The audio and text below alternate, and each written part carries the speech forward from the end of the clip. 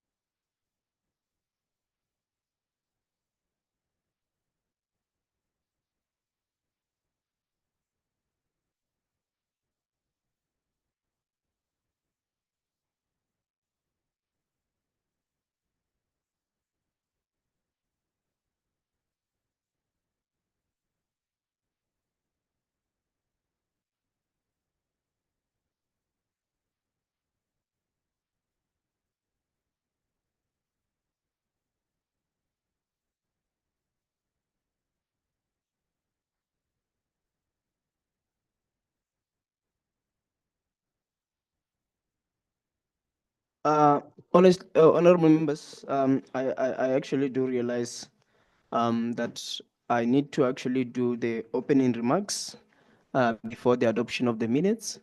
So as they are working on sharing the minutes to the device that we are able to use for projection, then I am going to continue with my opening remarks as the chairperson of the committee. And hopefully by the time I finish, they will have been able to sort the technical issues that we have here. Honorable members, allow me to present to you my opening remarks.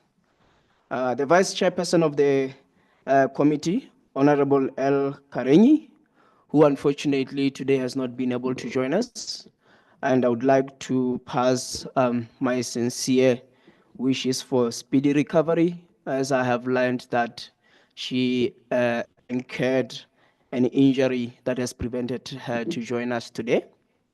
The honorable members of the committee, the Secretary General of the SADC Parliamentary Forum, Her Excellency Ms. Boyamo Sekhoma, our distinguished facilitators and consultants and resource persons, ladies and gentlemen. May I extend my warm welcome to you all for this critical joint committee session of the SADC Parliamentary Forum. Let me hasten to say from onset, this meeting comes at a time when a dark shadow is hovering over parliamentary family following the untimely demise of the clerk of the National Assembly, Mr. R. Ngulube. Undeniably, his impact on parliamentarism was profound. His shoes too big to fill, and the void he has left behind will be felt for times to come. But we must be comfortable by the memories that most of us, if not all, shared with him. We are therefore enjoined to draw lesson from his contact, and one such lesson being that we do not have the time we all think we do. That sobering thought must also extend to how we conduct ourselves, first, as honorable members sitting in the parliaments of our respective countries. Secondly, as yet honorable members representing your respective countries here at the SADC Parliamentary Forum. Thirdly, as human beings. Humanity demands that accountability and responsibilities to ourselves and to the broader community. I therefore challenge you by asking you a question. What have you done for your community such that they will look back and hold on to when you are gone? With this in mind, and introspecting on the question that I have asked you, I cannot overemphasize that your presence here today is ample evidence of the prominence you have placed on this meeting. In actuality, it is the first step towards leaving a lasting mark in the region. As you may be well aware, SADC Parliamentary Forum has long been a beacon of leadership in the development of model laws as instruments that harmonize domestic and regional to harmonize domestic legislation with regional and international frameworks. That is why today we gather here on the theme towards developing a SADC model law on prison oversight, which in essence is a call to action to effectively discharge our oversight mandate with the primary objective of safeguarding the rights of all people, including those incarcerated for various crimes. Honorable members and distinguished guests, historically, prisons were viewed as rooms for punishment and little more dark, dehumanizing spaces designed to isolate and inflict suffering upon those who had broken society laws. This punitive approach, rooted in retribution rather than rehabilitation, has perpetuated cycles of violence and social exclusion. Today, the SADC prison population stands at nearly 400,000 souls, with South Africa and DRC alone accounting for over half of these lives. Among them, 3% are women, and a staggering 37%, which is now rising to 50% in DRC, Namibia, and Tanzania, are awaiting trial. They are trapped in a limbo of delayed justice. Yet as our understanding of justice has evolved, so too must our vision for prisons. Today we recognize that incarceration must serve a higher purpose of reforming and not to discarding lives.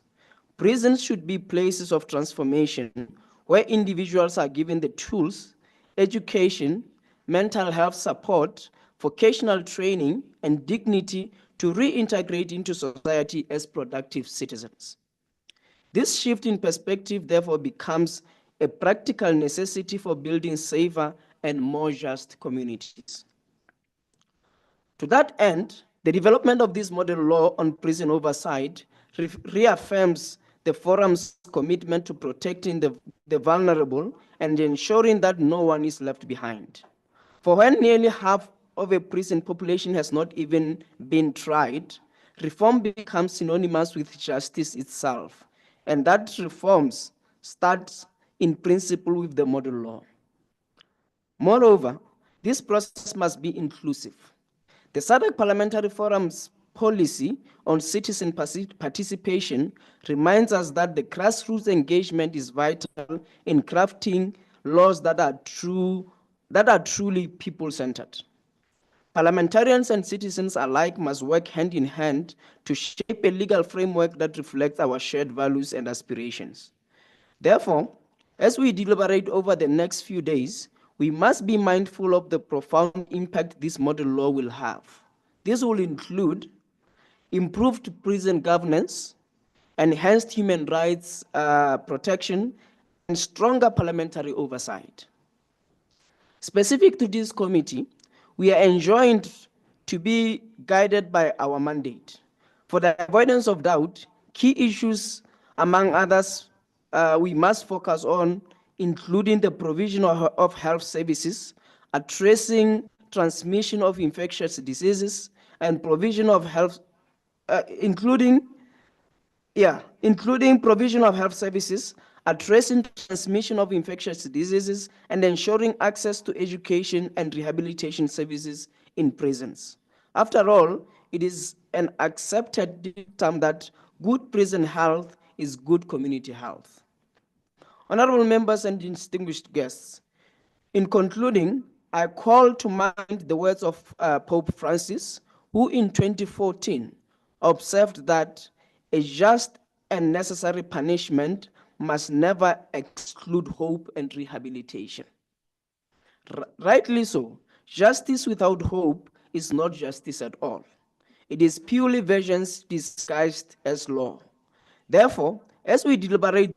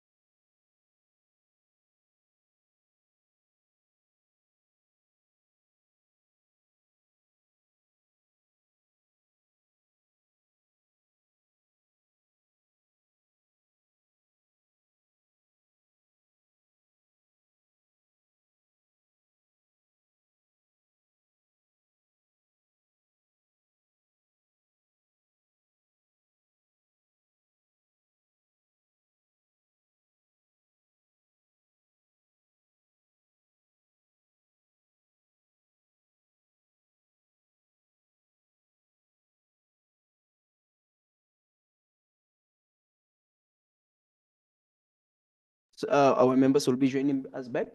So at this section, we had the resource person who was presenting to us on the bulk allocation of health financing, and that's why we discovered where different countries actually do derive their resources for their health systems, and we discussed about what are some of the mechanisms in terms of improving local or domestic funding for health financing.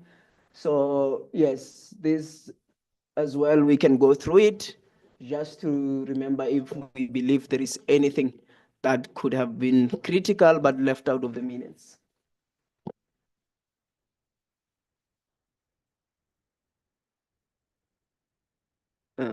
You can continue scrolling down.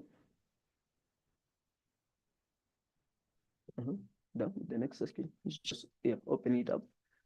So the next topic is Parliament sufficiently capacitated to identify gaps in health financing? So we did also discuss during that meeting the role of Parliament in ensuring the allocation of funds for health financing, and what perhaps could be some of the lacks in terms of capacity for members of parliament to be able to engage in that exercise. We had inputs from members of the committee, and yes, this section is the summary of the input that we received. I would also want us to just quickly go through it, just to see if there could be critical areas that have been omitted. The next part was the expert presentation on the role of parliament in raising, allocating, and spending resources necessary for public health and SHR financing. We had a resource person from Clinton Health Access Initiative who presented this section on our behalf in terms of what is it that parliaments can do to ensure that our health systems are sustainably funded. Can go. And we are going through this quickly, honorable members, because our assumption is that you had a chance to go through the documents. So if that was not the case, apologies, but it should be a practice that we do go through these documents before our meeting so that the progress goes a bit faster. Yes. The next section was the expert presentation on the allocation and spending resources for health and the role of parliament. As I mentioned, we also have, this is the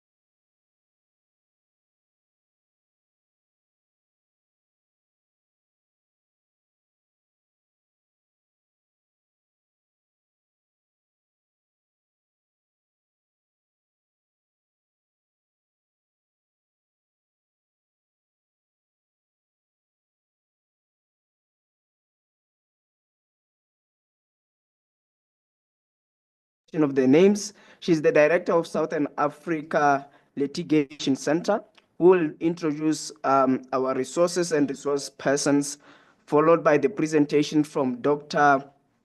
G.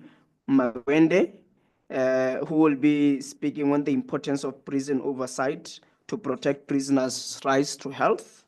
And honorable members, I do urge that we listen to them attentively, continue to engage, because after the presentations, we will have an opportunity then to deliberate on the information they have provided, after which they will later on come back to respond to our contributions.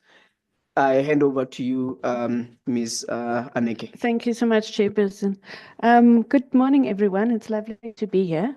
So my name is Anneke, and I'm from the Southern Africa Litigation Center. We have been appointed as one of the consultants to assist the SADC-PF with the development of the model law on prison oversight. I'm joined today by two esteemed colleagues who have actually worked on prisons much longer than I have. Michaela Clayton, who's a human rights lawyer and have a lot of experience in this field. She's from the AIDS and Rights Alliance in Southern Africa. And then Dr. George Magwende, who I first met, I want to say 15 years ago. I met Michaela even 20 years ago.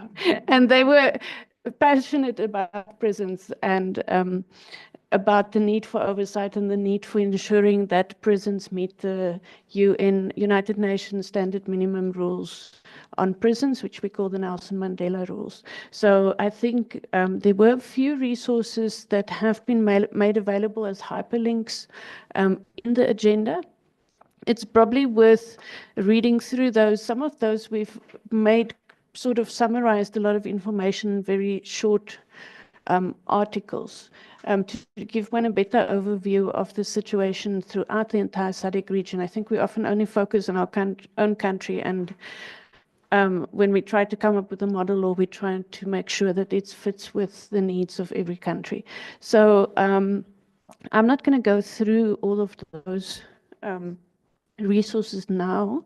What I'm going to do is hand over to Michaela, who will give you a brief overview of where things are at in terms of health and prisons in the SADC region. And then after that, she'll hand over to Dr. George Magwende, who will speak specifically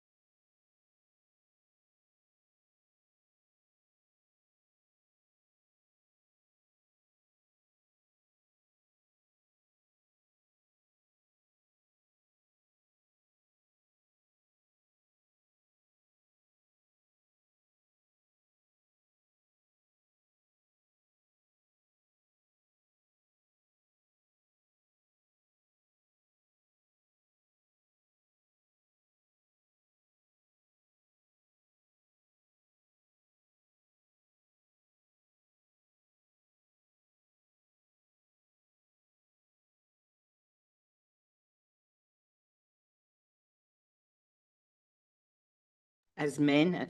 And this can result obviously in children being born in prison who are at risk of HIV.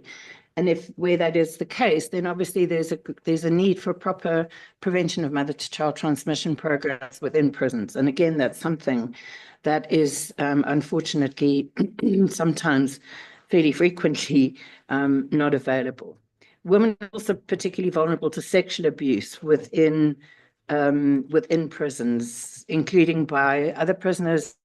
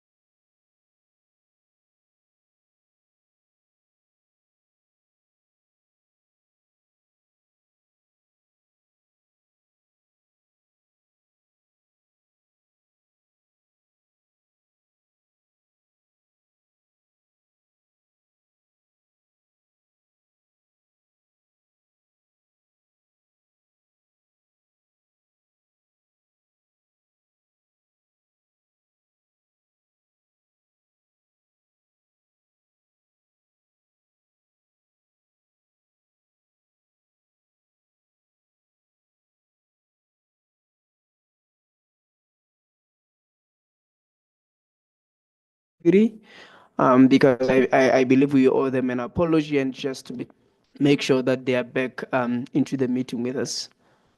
The tech, do we have them back? Not yet. Okay, let's see what happens after the break, and then we can be able to reconnect with them again, our members. Thank you so much.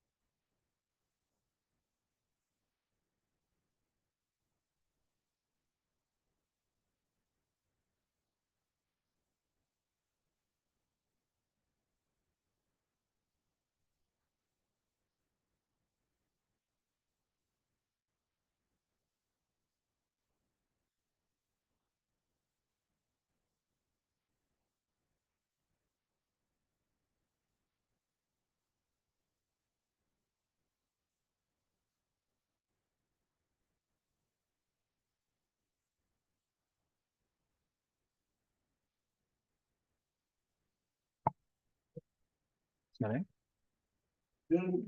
Yes. Good morning, French interpreters.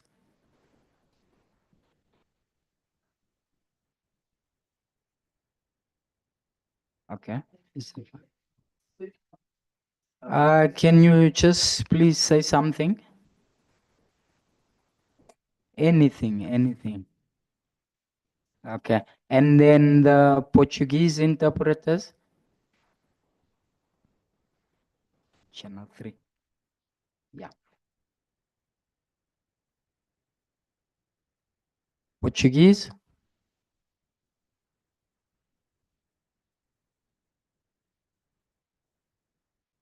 No. Portuguese interpreters?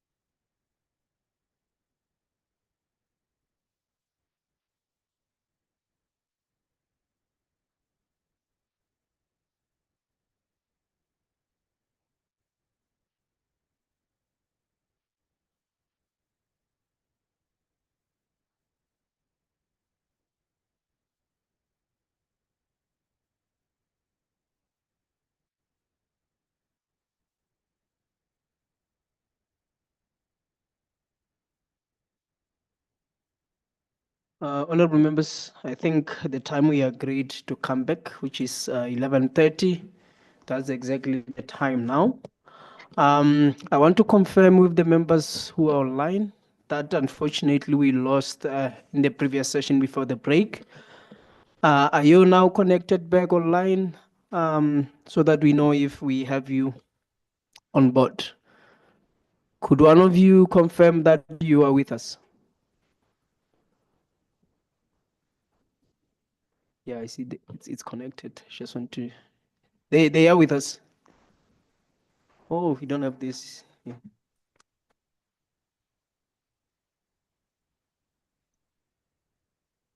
Was this not the projector?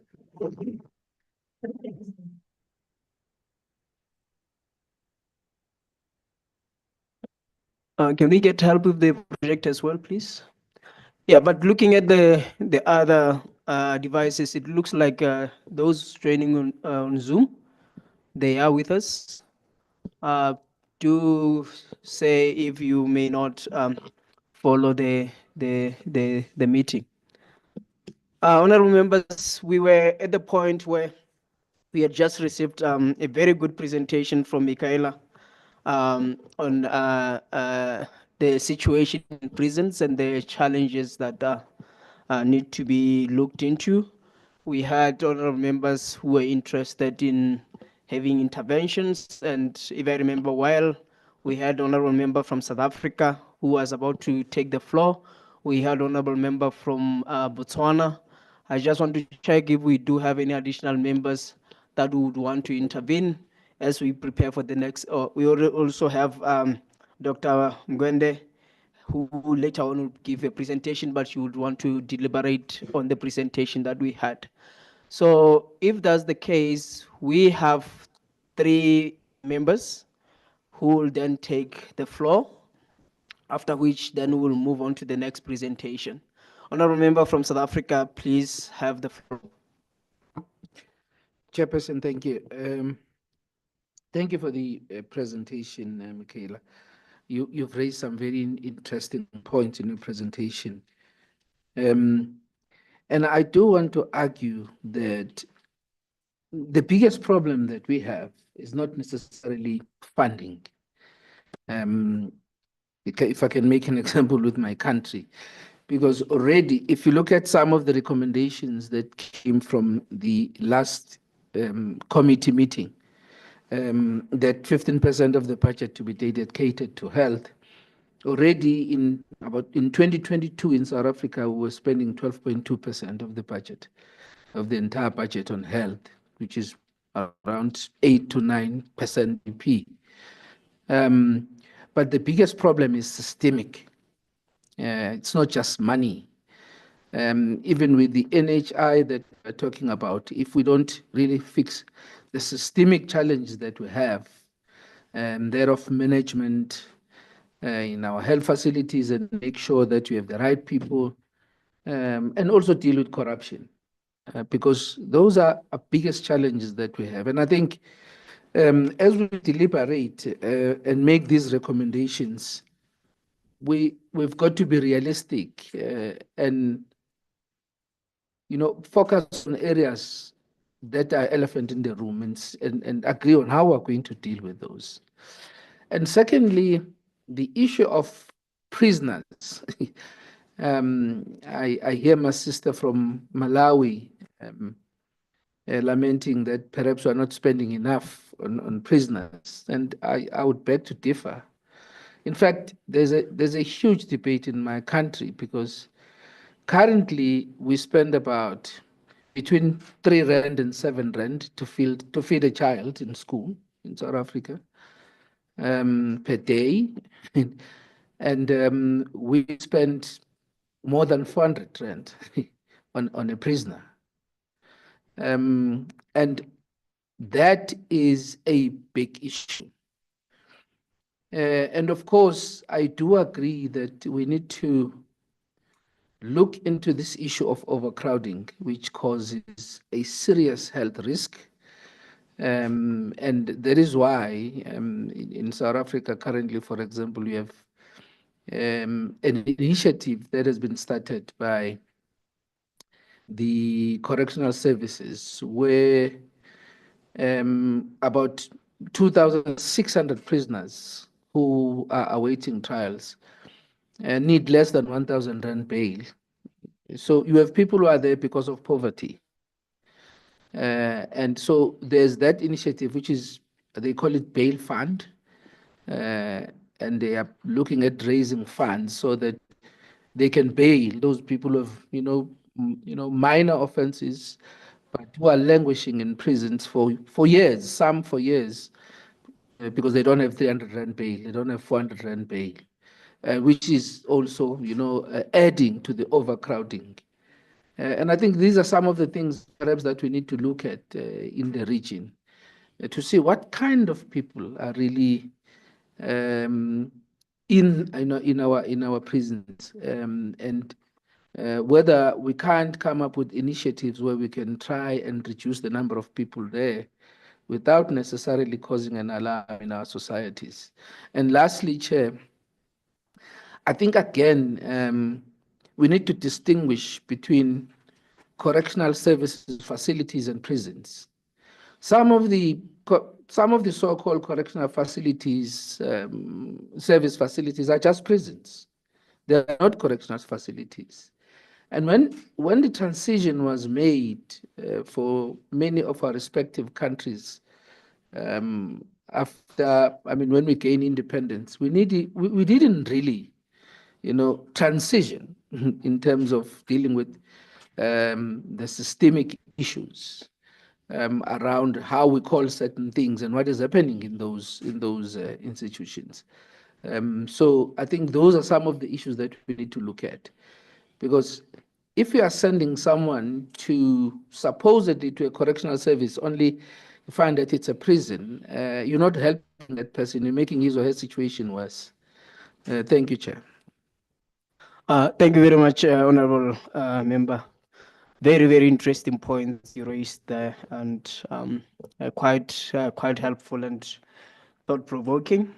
Let's have Honorable Member from Botswana, who then will be followed by Dr. Mgwende to intervene. Thank you. Thank you, Mr. Chairman. I won't dwell much into the presentation because I believe maybe she made her research in Botswana, because she really gave the picture on the status of the prisons in Botswana. Mine is just a question. Or don't we think it's high time we should introduce conjugal rights to prisoners? Since some of these people, Ghana, they have spouses, they are married, they are family. Conjugal rights. Conjugal, I don't know how to put it, but I understand. Many of you will understand what I'm talking. They should. To me, according to my understanding, we cannot regularize rights. If at all these are rights, these people should have access to. So we shouldn't make laws that bar the wife to visit the husband in prison and give him the rights, or the husband to visit the wife in prison and give him those rights. So now I believe we should give them those rights. Thank you very much. Thank you very much. That is a question which, when Michaela then comes to wrap up, perhaps she can be able to say what she thinks about that.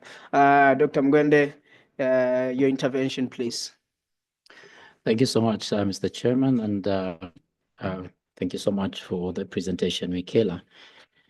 The issue of prisons or correctional services is quite a convoluted topic. I think when deliberating during tea break, I had a question for the chairperson. Many of our correctional facilities in the region are inherited from the colonial masters. The question that begs an answer is, are the intentions the same? The colonial masters, what was their aspirations when they were incarcerating these mostly blacks? And when we're incarcerating the offenders today, are the aspirations the same? If not so, aren't we using wrong infrastructure to achieve our aspirations? Because when you look at the facilities that we have today, they will have one tiny window up there, 2-3 meters above. And yet we are saying, when you look at the rights, when I'm incarcerated, it doesn't mean that I don't have the right to light, the right to fresh air, You understand? But that's where you're throwing me in the dungeon. In my presentation, I do touch a bit on the history of prisons.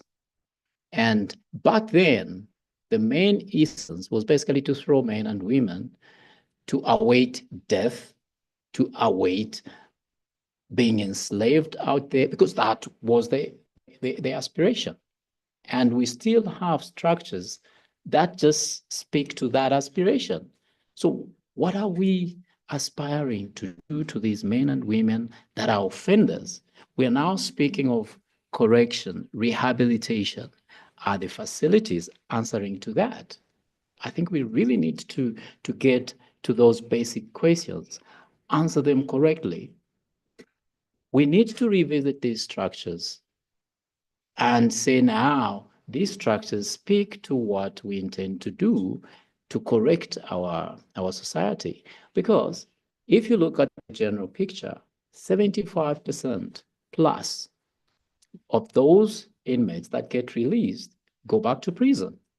That's a serious indictment on our system. It's an indictment saying we are not doing a good job. Otherwise, these brothers and sisters will not go back to prison. The question is it society regurgitating them, or is it prisons attracting them? So we also have to answer that question. When it comes to the model law, the question is, are we able to improve prison conditions in isolation without overhauling the socioeconomic status of our communities? Thank you very much. Thank you very much, Dr. Mangwende, for such a powerful analysis and intervention on this. And I think all honorable members have raised quite strong points around the presentation that was made. And indeed, it was in support of what Michaela has already put on the table, a few questions for her maybe to respond to. But majority of what has been said, if you listen well, are more adding up to what she has been putting forth for us. And if you look at this, it calls for, for us to really be deliberate in terms of what are we saying about prisoners? Who are they? How are we preparing them to be productive members of society again? And if that's what we want, are we putting them in a place that prepares them to do so? So I hear more of systematic questions where we need to be asking ourselves and also, reviewing the way we have been approaching the issue of incarceration. And I'm quite excited because if this is going to reflect in our drafting of the model law, we are likely to come up with a very comprehensive model law that will address the real challenges that prisoners are facing. The honorable member of Botswana bringing in the issue of conjugal rights. I'd been thinking about it as she was speaking of, why is sexual violence in prison normalized? Sexual violence is not tolerated in any setting. But now in prison, we have gotten to a point where we feel like it's a norm. It happens. We know it should, But at the same time, these are people who have families, some of them. They do still have committed spouses. Why don't we have a setup that allows them to keep reunited with their partners, whereas they are serving their own prison sentence? And then honorable member from South Africa talks about correctional facilities versus prisons. And this is a conversation we don't have. In our countries, it's one and the same thing. They call themselves correctional services in Lesotho, for example. But it is the same place where a murderer has been sent to. It's the same place where a rapist has been sent to. The child who did shoplifting out of poverty is in the same environment. So are we saying this child deserves to be in the same environment as these particular people? Why don't we have a different rehabilitation program for different people according to the severity, perhaps, of their crimes, or perhaps what we aspire to actually help them become? Because if we don't ask these questions, we don't resolve them, then we are going to go in circles and circles, and we'll be talking about these kind of things even in the next 5 years. With this said, honorable members, I would really want to invite Michaela again to say her input based on what honorable members and our resource persons have said, and perhaps to respond to any of the comments and specific questions that have been posed to her. Thank you very much. Michaela, the floor is yours. Thank you so much. The honourable members have raised some really interesting, I mean, they're just, if you look at all of the things that have been raised in the last half an hour or so, or hour, I think what it does for me is it really illustrates the fact that, as the honourable member from Eswatini was saying, how do we deal with this holistically, right? I mean, when we talk about health in prisons, we talk about factors that impact on health or poor health in prisons, and ranging from overcrowding to, to whatever. But what really resonates with me is the fact that you can't address any of these things without addressing the broader context in which it happens. So the socioeconomic context, for example. So it's like, and sometimes I think it is important to think of that way. But on the other hand, it's like you think, oh my goodness, we've got to restructure the entire world in order to fix this. So I think on the one hand, we need to be mindful of the fact that there are so many different factors that impact on the situation in prisons. But at the same time, not be overwhelmed and think, oh my goodness, then we just can't address this. I just wanted to comment that the honourable member from Eswatini asked a question about civil society support, for example, for example, HIV programs in prisons. I've, over the years, done a lot of work in many different countries with prisons, and in many countries in SADC, there are civil society organizations who have been extremely effective and, and of great assistance in terms of providing, HIV information, sort of providing training for peer counselors within prisons. And I think there's a great willingness on the part of many civil society organizations to play that role. Sometimes I think that willingness is hampered by the fact that often prison authorities are not keen on having people from outside in the prisons. So very often you see these organizations becoming more of a support for people who have been in prison but have left prison, assisting with kind of reintegration into society. So the answer is yes, there's definitely, it can be very effective, but we need to be able to then convince prison authorities that it's okay to have civilians in the prisons in order to provide these services. The honourable member from South Africa also, I think, made a really important point in terms of funding is not necessarily the main problem, it's systemic. It's issues around management, it's issues around corruption, but it's also bigger issues of why do people end up in prison in the first place, which again speaks to honourable member from Eswatini's point about this. We need to address this holistically and look at all of the factors that contribute. I was really interested to hear about the bail fund initiative in South Africa, because I mean, if you look at, I think Annika at the beginning gave a few statistics about the number of people who are in places of detention who are still awaiting trial. In many, I think there were 3 countries you mentioned where at least half, and I think my own country is one of them, unfortunately, Namibia.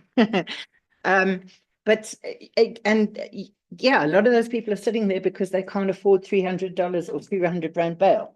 So trying to decongest the prisons in that way is really important. I mean, other things that need to be considered are things like, okay, obviously speeding up the judiciary, increasing the efficiency of the judiciary, but also looking at the capacity for alternatives to custodial sentences.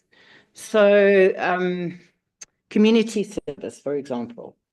it's a good option in many cases for, for non-violent crimes or whatever. It's a good option, but unfortunately in many countries, the infrastructure is not there in order to support community, sentencing in terms of working in the community. I know South Africa has it, or did, when I practiced criminal law in South Africa many, many moons ago. There was that, it did work, but to a limited extent. But that's another thing to consider. And then I thought your point that you made, Doctor, about the, what are the aspirations now in terms of putting people in prisons? I think that's really important. Yeah, they were inherited from the colonial masters. Has anyone been inside a British prison recently? I mean, they are, a British prison. I mean, they are completely different to what we have in our countries. They are focused on rehabilitation. They are focused on rehabilitation, not just on locking people up. And, we've inherited a system that was designed for something entirely different. And so that's another consideration I think we really need to take into account when we make these, when we discuss these issues. Conjugal visits, the Honourable Member from Botswana, yes, I believe they should be allowed. And they are allowed in some countries, but not any around here that I'm aware of in the SADC region. I think, yes, and then the point made by the Honourable Member from South Africa about how we really haven't transformed prisons into correctional services. We haven't. It's a case of lock up and throw away the key.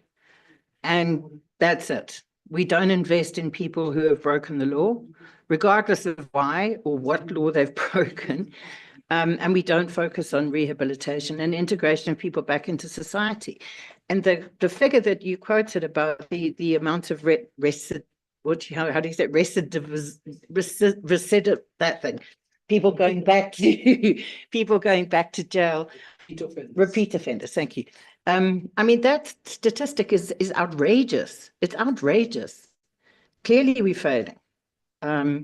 If that many people are going back to prison. I mean, I used to, when I first started working as a lawyer, I was in South Africa, in Cape Town, and I used to, most of my work was criminal work in the Wynberg Magistrates Courts. And I mean, the conditions and most of the people I acted for were juveniles from the Cape Flats, gangsters, gang members. They didn't play with toys, they played with guns. But the reason behind that was not that they were just naughty and they were playing with guns. It was, the whole kind of structure of society and how people had been removed from, from the areas that they'd grown up out onto the Cape Flats, into where society, the whole societal structures had been broken down. And people were resorting to gangs as an alternate to family structures. Okay, that's going off on a bit of a rant, but the point is it also illustrates the fact that the reasons that people commit crimes are very different. And that also has to be taken into consideration, I think. So thank you. I'll stop there. I know I took way too long, but thank you for giving me the floor. Thank you very much, Michaela, for your response to the interventions of the honourable members. Bringing more clarity and showing how the comments actually are compatible to what you did share earlier. Before we move on to Dr. Magwende, the committee secretary here would like to pose a question. I'm not sure if it's specific to her, but let's give him a chance, because just now that he's on the table, he was not given a chance to speak. Yeah. Thank you, Honorable Chair. And I'll associate myself with the observation that it was quite an insightful presentation by Michaela. And my question now comes to the issue on how we can strike, or how governments can strike a balance between their laws when it comes to same-sex relationships in prisons, because the reality on the ground is that it is happening. And one of the solutions to preventing transmission or continued transmission of HIV specifically and other STIs is to provide contraception. But at the same time, our laws now do not recognize same-sex relationships. So then how then do we strike the balance between protection of health and the right to health without also then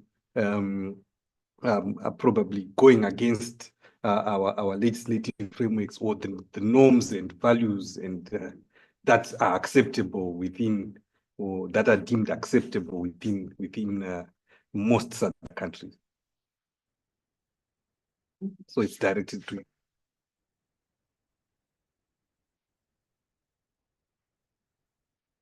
Yes, Michaela, you could respond. Thank you, Chair. You're asking kind of the perennial question. It's how do we address the situation of men who have sex with men in prisons? There are very few countries in the region in SADC that have decriminalized same-sex sex. But even in countries where same-sex sex is still criminalized, it has been possible to make condoms available in prisons. And I think I'm looking at Eswatini as an example. Not that, probably a broken protocol, but there we go. But I think that it is possible, but it's difficult because, you know, I have always had the same response from different prison commissioners or ministers of safety and security, or whatever the prison falls under, Home Affairs. It's always the same thing, is that we cannot provide condoms in prisons. Or no, we don't need to provide condoms in prisons because men don't have sex with men in prisons, right? So there's a sort of outright denial that it happens. And then the second response is generally, we can't provide condoms in prisons because if we do, we are encouraging and aiding and abetting people to commit what is an offense. And I think, you know, to be quite honest, I think the argument that works generally with prison authorities is not these prisoners have a right to, because that argument doesn't fly.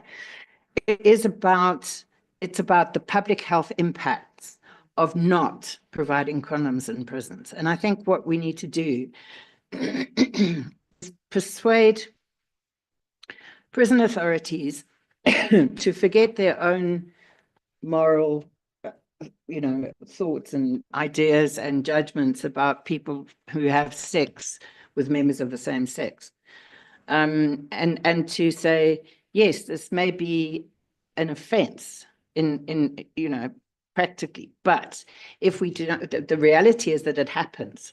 And if we do not provide condoms in prisons, not only does that impact on the health of prisoners in terms of exposure to HIV, but these are the same, you know, people who come out of prison and then go back to their other relationships and who then are, you know, have the potential of passing HIV on to future sexual spouses or sexual partners. It's an ongoing battle. Honestly, it's an ongoing battle to try and persuade prison authorities that this is necessary. But I really would urge honourable members, where you can, to try and push for that to happen, using, often, as I say, the public health argument works better than the human rights argument, but to try and push for that, because it is the reality. That's what happens, you know. And I mean, just to give you another example, it is possible to program around HIV, even in the face of laws which criminalize particular behavior. And we're talking here about condoms in prisons, but to give you another example, in many countries, the laws on drugs prohibit the possession of needles and syringes, right? What they refer to as drug injecting paraphernalia. But there are countries in the region, and the Indian Ocean Islands have been particularly good at this, is setting up needle exchange programs, even where the possession of needles and syringes is illegal. but you have to get the cooperation of the police. You have to, you know, and so it is possible, but it's a long journey, it's a long road, and a lot of persuasion. So yeah, thank you. Thank you very much, Michaela, for that, and thank you very much, Mr. Monashi, for the question. It's a very powerful one, definitely, that needs a lot of thought amongst ourselves as members of parliament. At this point in time, again, I would call on to Aneke to introduce our next resource person for presentation. Sure, no problem. Can I just add one thing to what Michaela had said? I think we can anticipate that with climate change, there are many new issues that's going to feature in our prisons. There will be increases in malaria. There's already sometimes cholera epidemics within our prisons, especially due to the lack of water and those sort of things. And what I would caution us about when we take this discussion back to parliaments is to get stuck on the sex issue, because that's not really the point of the oversight thing. The point is to really go and see, when you're in a facility, what is the need of that facility and how can one address it. And often, just on the HIV issue itself, it becomes less of an issue if the prisoners have antiretrovirals. And for them to have antiretrovirals, they need food. And often they have the medicine, but they don't have the food. But now we might find ourselves in a situation where they also won't have the medicine, once governments have to make difficult choices around following the funding cuts and those sort of things. So I think there's big issues coming up. Some of those issues Michaela and I will hosting a side event tomorrow evening to actually discuss specifically that, because I think there's going to be a point where people are going to start dying again from HIV, and because there's not going to be treatment, and many of our countries are struggling and are starting to see that. And I think we must just caution ourselves not to get stuck on the sex issue, because we know that that's actually an easy distraction when there's actually a lot more important issues at stake. I want to introduce you to Dr. Magwende. You started giving your input earlier, Doctor. So are you doing the PowerPoint now, or do you? Okay. Okay, sure. So I'm going to share it on my side, and you just say, oh, do you want to plug your computer in and come to the front? No, we have to share it to the Zoom link. That's the only thing. But you can come in front and use my computer. Yeah. Yes, I will just share it. Dr. Magwende is from Zambia, worked in prisons for many, many years, overseeing health for the department on prisons, and he'll introduce himself as well. But there's few people as passionate about health in prisons as Dr. Magwende, so we're lucky to have him. Thank you so much for that kindness. I can actually even see it from here since I have the same presentation on my laptop. Yes. Yep. So I'll just touch.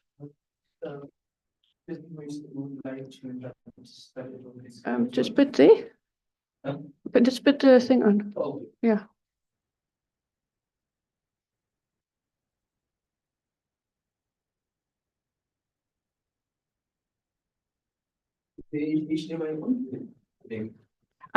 Oh yes. Oh, sorry. Okay. Okay, cool. So that the members can vote assistance. Sorry. So thank you so much. I guess my introduction has been done. I'm a medical doctor by profession, public health by specialty. Yeah. And that is basically the contents of what we're going to go through. I thought we'd touch a little bit on the history, as we just discussed. I think through Michaela's presentation, I think we have some hangovers that are affecting the way we look at incarceration today, the purpose of prisons, the prisons system standards, and also the importance of oversight, because oversight speaks to basically everything that we're doing here today. Despite having oversight mechanisms in place, we still have common prison issues. And when I mean common, meaning to the SADC countries. Of course, these issues come about due to some limitations that we see with the mechanisms that we have. And we'll touch on those, and then also just isolate the sexual and reproductive health and rights, particularly for women and girls, because usually this is the topic that is usually put at the back of our minds. And when we're creating these systems, we never look at that, and it becomes more or less like a surprise when it comes in reality. And then we talk about the model law and also look at the possibilities that are there. So basically the history, we really touched on that before, when prisons were being created a long time ago in the first millennium BC. It was basically to throw human beings there to await death, to await their punishment, to await being taken into slavery. And also in Rome, the Roman Empire, they were actually put in these dungeons to await their participation in that, the gladiators. And actually that's what the Colosseum arena was used. So now, when you look at the first prison establishment, way back in the 1785 in Massachusetts, in the States, that is basically what gave birth to the current institutions that we have. Now, much of the purpose that we inherit today is basically a prison that is there to protect society. We want to remove the criminals from society into these facilities. And these facilities are there now to more or less like rehabilitate, so that when these individuals go back to society, they are better citizens, they're law-abiding, they're self-serving, and so on. So the rehabilitation portion is very, very important. And we did speak, of course, on recidivism. This is one of the things that the prison setting undertakes to enhance. But the question is, sorry, please, yeah.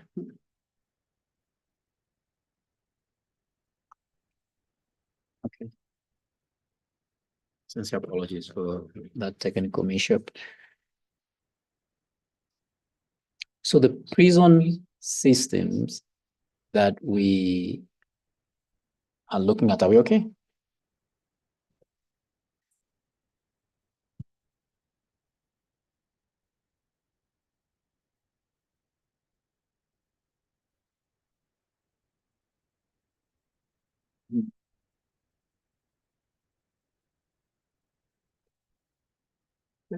All right. So the prison system standards that we have is there basically to promote and respect human rights, human dignity, as well as enhance rehabilitation that we spoke about earlier.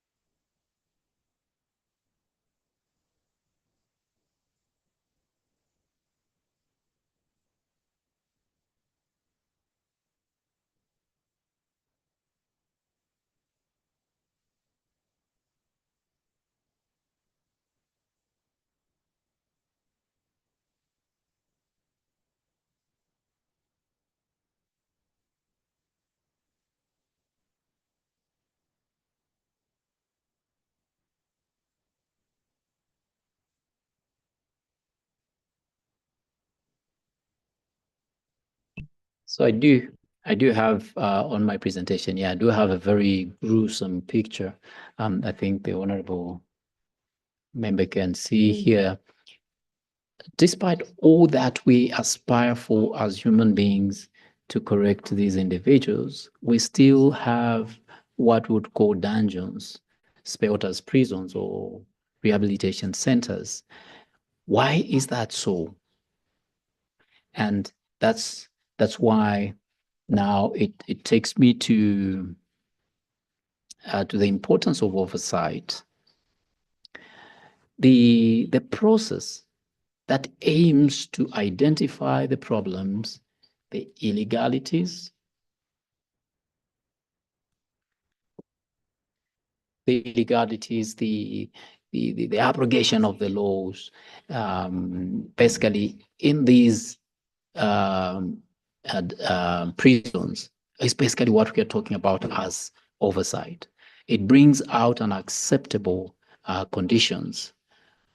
Now, you find that despite the obligations of oversight mechanisms, we have shortfalls, we have gaps.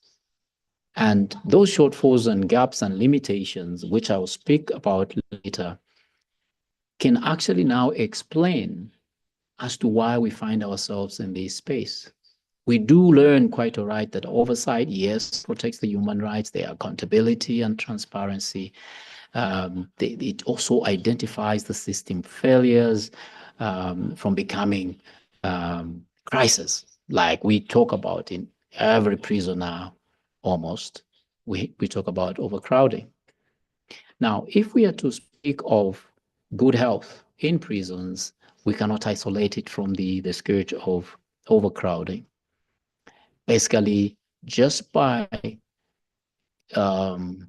correcting the overcrowding scourge, we actually overcome a lot of health challenges that we have in our prisons. Oversight does expose the violation of laws. It promotes public confidence in our criminal justice system. Rehabilitation and integration cannot be overemphasized. We need a just and accountable criminal justice. Now, when a human being is left on his own to do the things without anybody looking at what he's doing, the chances are that he or she may slide into criminality. And that is why the oversight comes in, to ensure that the legal standards are conformed with. We speak of rehabilitation in the light of humane treatment of these men and women that are incarcerated. And oversight has to be very sensitive to that. Now, like I indicated, oversight safeguards, promotes, and enhances our standards. Now, we have to understand what health is. According to WHO, health is defined as a complete physical, mental, and socio-economic well-being, and not merely just the absence of disease or an infirmity. Therefore, health is a resource for everyday life, not necessarily an objective of living. It's a resource.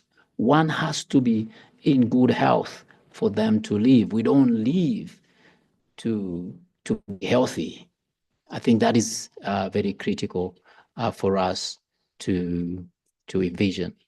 Now, of course, like we said, crowding has been spoken about, violence and safety, occupational hazard. We have violence amongst the inmates. We have violence inmates to the officers, rehabilitation and punishment versus punishment. We have spoken strongly. When you look at the structures of the prisons and penitentiaries that we have, they depict a punitive aspiration as opposed to a rehabilitation or restitutory aspiration.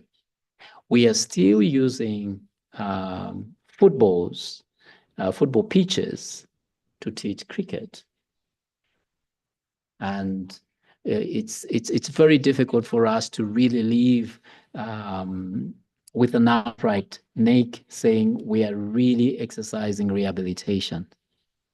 We cannot rehabilitate the inmates using facilities that were used for punishment. And that's why I say you cannot teach cricket using a football pitch. So we really have to be honest with ourselves. Much of the things that really give us a picture of the issues going on in prisons are basically an offshoot of the attitude we have towards inmates. I ask a question. When we incarcerate these offenders, what is our aspiration?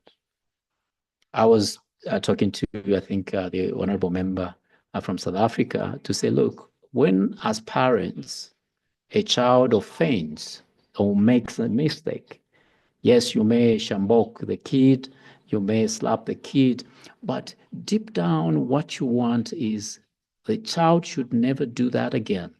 He should be corrected. Your feeling is not to banish from existence. It's not to never want to see this kid again. It's not to punish beyond the mistake the child has committed. But is it the same attitude we have towards inmates? Because we have to realize, honorable members, that prisons are cross-cutting. It doesn't matter whether you're black or white, tall or short. And unfortunately, it doesn't matter whether you're innocent or guilty. You can find yourself in prison, particularly in the SADC region. I'm being very sensitive to that. So the unhealthy environment that we find in our prisons are not necessarily due to the gaps that are in prisons. I think it is more to do with the collective attitude we have towards prison setting. Again, I have an interesting picture here where there is severe congestion. We pack our inmates like sardines. I recall, with the indulgence of the members, I can give this example. We had members of parliament visit one of our facilities in Zambia some 10 years ago, and we demonstrated how those inmates spend the night. And we had to lock them up just for 10 minutes, the whole number. And because the roof was concrete, in that 10 minutes, the perspiration, from their breath could now condense on the ceiling, that concrete ceiling. So when we opened, actually there were more or less like raindrops now of these men perspiring. And this was during the day. And our law locks up inmates at 16, which is 4 p.m. until the following day, 8 a.m. The same, women and men. And now you can imagine if it's a woman who has a child who has to feed more frequently, locked up at 4 p.m., just to be released following day, you find that the child, by and large, gets malnourished. So you're incarcerating this woman, and as a collateral damage, we have a child that becomes more or less malnourished. Now, in medical terms, if a child is malnourished during the first 5 years of his or her life, the brain damage that takes place or the deficiencies in the brain development that takes place are permanent. So we are more or less creating another criminal by punishing this child as a collateral damage. Okay. So limitations of oversight. Now, this is quite specific to you members. There is need to appreciate in our respective jurisdictions to understand and appreciate the criminal justice system. We need awareness of the tools that exist in helping us to implement this. We have the Mandela Rules, the Universal Declaration of Human Rights, we have national laws, and so on and so forth. We need to abreast ourselves with these tools, these documentations, so that we are able to argue. These tools must inform what we want to achieve. The other limitation that I've seen rather over time is lack of continuity. Members of parliament are bound by termly issues. In some jurisdictions, it's 4 years, in others, it's 5 years. And also, we need focus. Members of parliament, with due respect, there's always that urge to preserve your tenure and also to look forward to another tenure. In my view, that has an influence, that has an effect on how forceful you can be over certain issues. Again, most of these issues come out like it's an embarrassment on the executive. And many members of parliament, many senators don't want to come out strongly on certain issues, lest they are labeled to be anti-government. I think those are some of the issues that we grapple with. And it is not specific to any particular country. It is quite common for members of parliament. Divided attention, partisan approach, indifference to the schedule of the officers. As we're looking at improving the health or conditions of prisons, we should never forget about the prison officers. Actually, I've said prison officers are the long-serving prisoners. When an inmate comes with a sentence of 10 years, I'll open the gates to that inmate will find me inside. The day that inmate will be released from prison, pardoned, or whatever the case might be, I'll be bidding farewell. He will leave me inside. We have to also look at how best we can ameliorate the effects of being prison officers. Again, I'll give an example back home. That time I was Director of Health Services in the prison service. I looked at the effects, or rather the issue beyond health in the prisons. I looked at the social aspects as well, particularly of the prison officers. I looked at what effects does being more or less incarcerated have on their mind. We need to look at officers, put ourselves in the shoes of officers, for them to give the best. If we're talking about the inmates to receive the best, we need to create a good officer that will give them the best. So we don't have to look at the office, or rather the inmates in isolation. They exist in presence of officers, the officer in charges, and so on and so forth, even the civilians that work in prison settings. So we need to be very holistic in the way we look at these issues. The limitations based on the oversight mechanisms, also lack of empathy.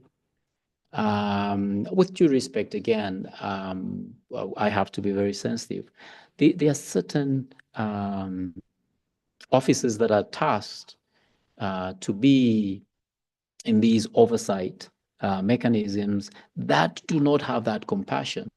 I recall one member of parliament asking me back home when we had that engagement to say, Dr. Magwende, do you want to create a hotel for these people? I was asked that question. As pertinent as it was, it really dug in the attitudes that we have. This is an individual in an oversight team, and he has this feeling What confidence would such a one give me to say, if I was an inmate, to say I'm in good hands? Weak linkages between Parliament and other stakeholders. This is also highlighted. I think earlier on we spoke of civil societies that are doing great job. I think as parliamentarians, it's very, very important to engage and learn more.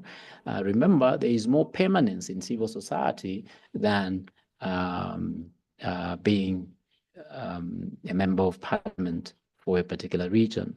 There is lack of legal backing to make decisions. This, of course, is not the fault of oversight institutions. I think it has to do more with our legal frameworks that exist, because it is not encouraging for oversight mechanisms that have limitations to how much they can do.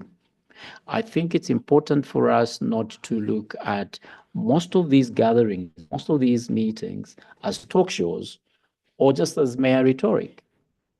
Because we should be able to come back here 2 years later, 3 years later, 5 years later, speaking of what we will have done in that period of time in concrete terms.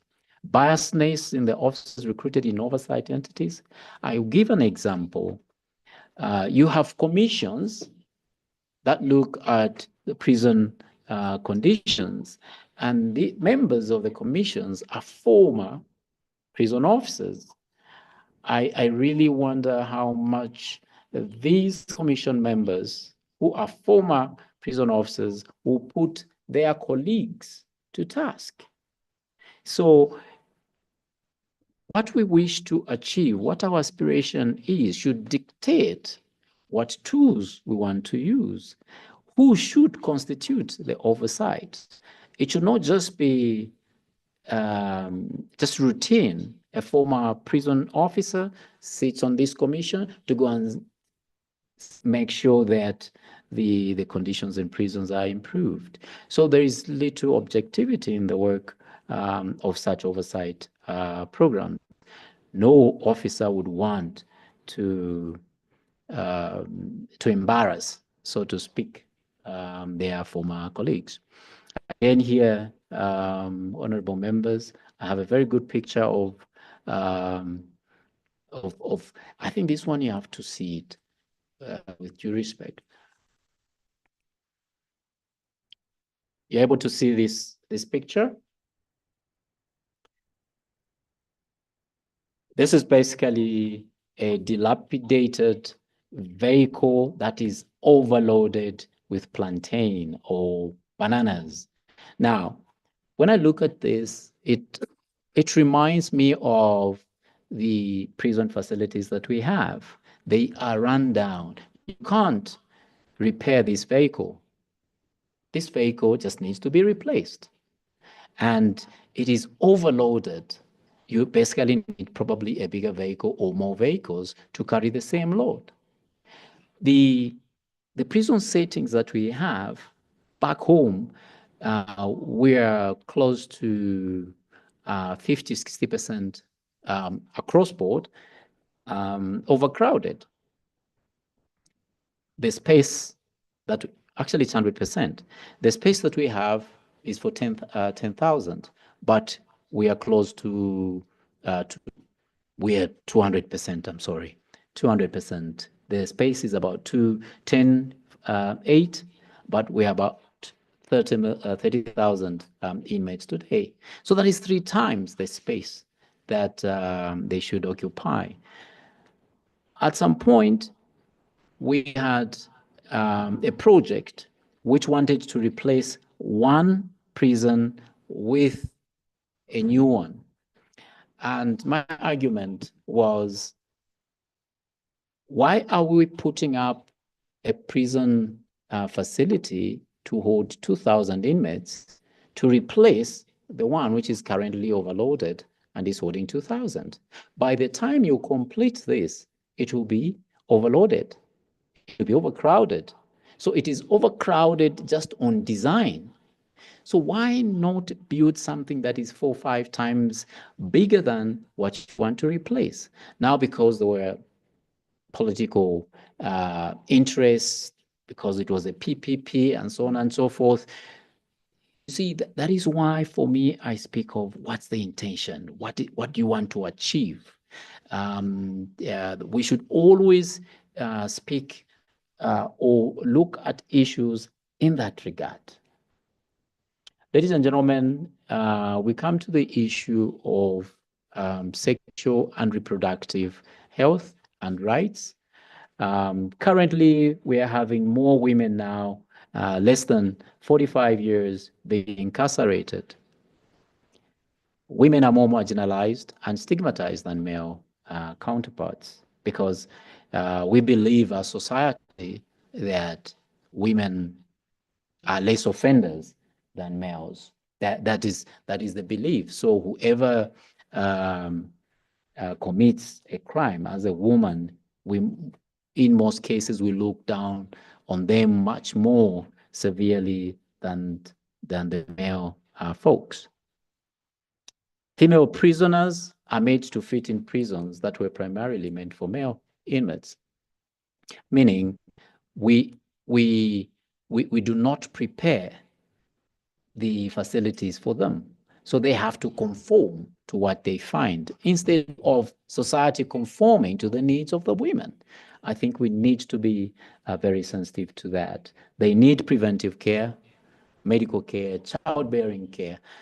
They have specific health needs that are specific, or rather that are unique to the women folk, that we must be deliberate in providing, as opposed to subjecting them to conform to what they find.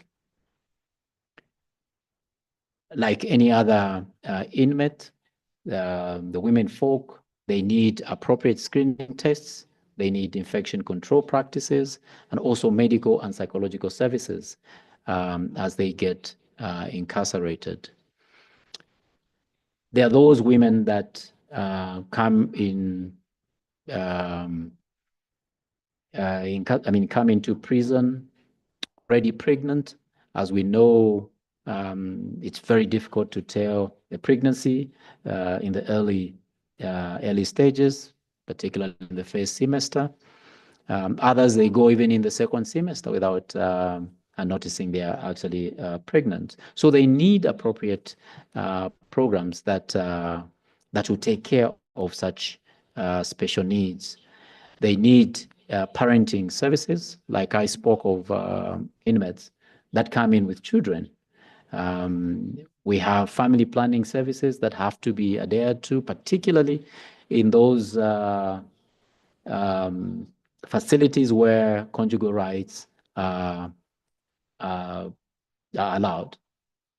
Hygiene, nutrition, and health education, like any other prisoner. This must be deliberate for our women folk. When you look at the women folk facilities, you find there is a main prison for men. Then in the corner, that's where you find the women incarceration facility, like the facility was a second thought. And yet, from time immemorial, biblical times, we've coexisted with women. But when it comes to provision of certain things, we think of women as second. So a model law would empower oversight mechanisms in a better fashion. I look at uniformity because of the sameness of the challenges that we have. The SADC parliamentarians must be equipped enough to make a difference. I did speak to this when it comes to the tools that are available. We have so many tools that are available. We have civil society. We have other organizations that must be engaged so that we basically create a team that is well-versed with the prison settings, so that when we speak, we are speaking from a point of knowledge, and with the collaboration with other entities, we speak with authority, because in numbers there is authority.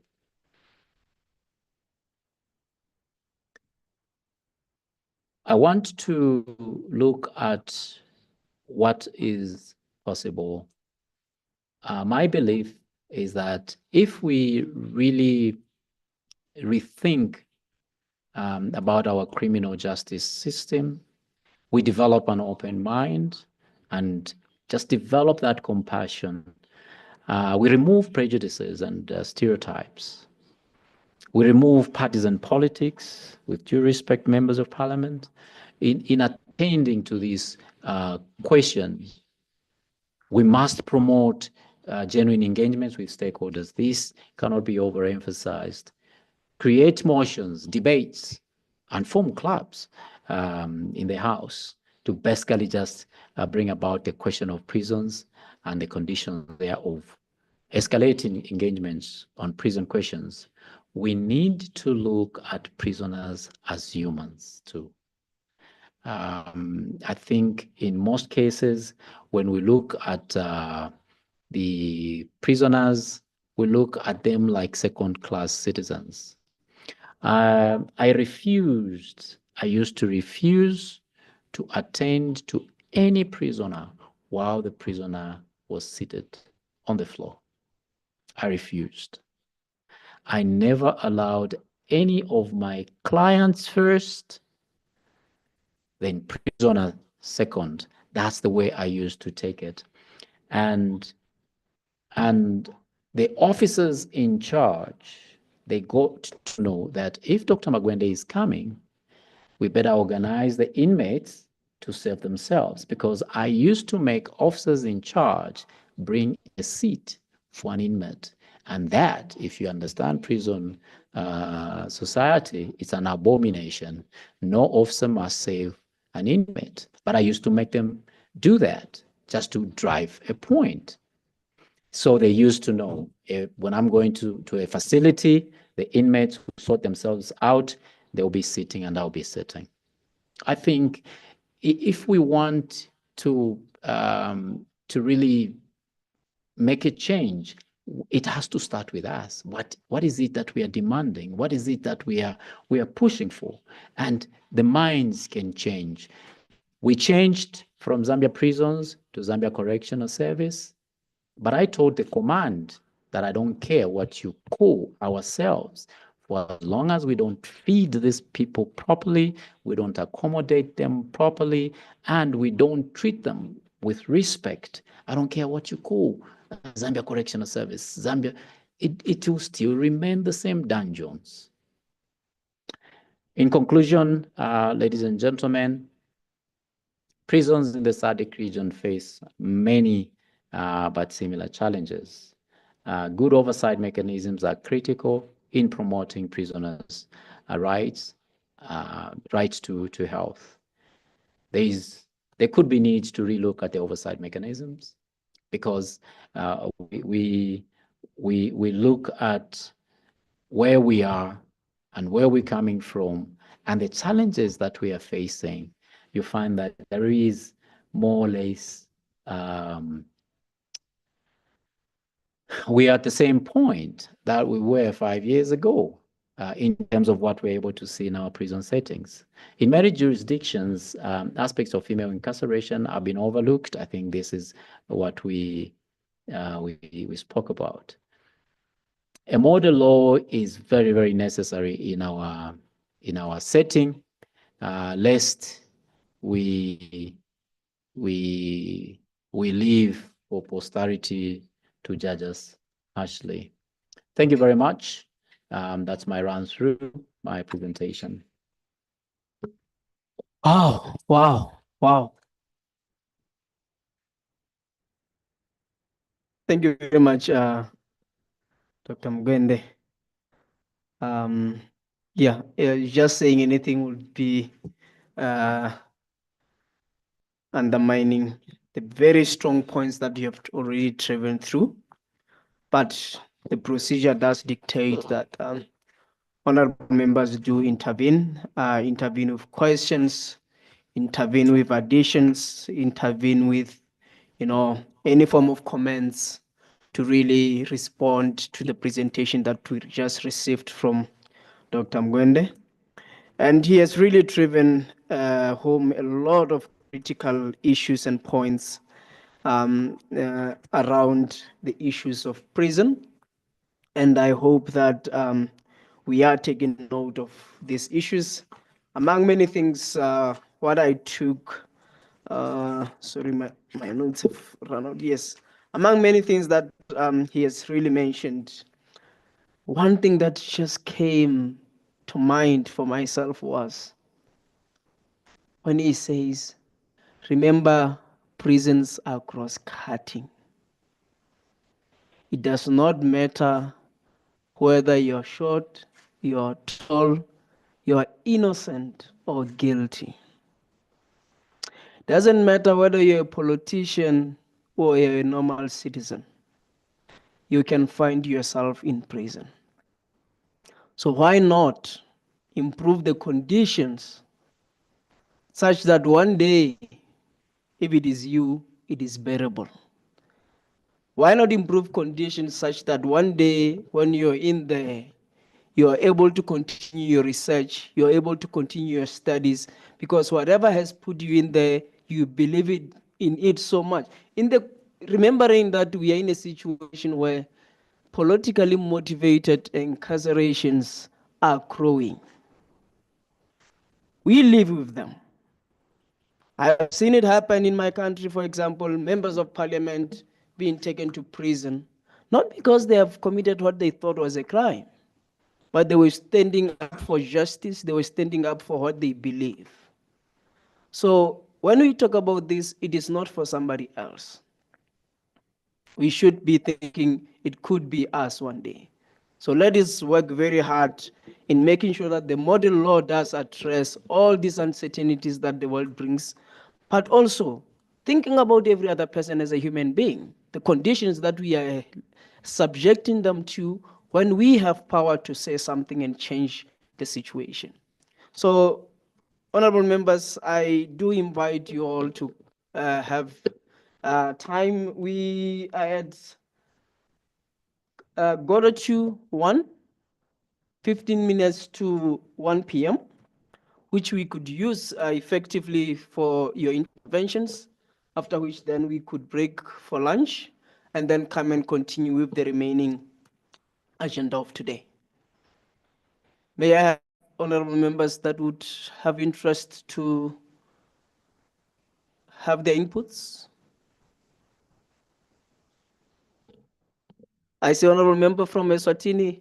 I did anticipate this because Dr. Mgwende was quite very clear, very elaborative in his presentation. He really did hit the nail home. And I'm sure that honorable members, it's not because they're not interested in the presentation, but they are letting it sink. They really got to the depth of what he was sharing with us. Honorable member from Eswatini, the floor is yours, but we'll watch and see if we have any additional interventions. Thank you. Thank you, Chairperson. I do want to appreciate the very informative and elaborate presentation by Dr.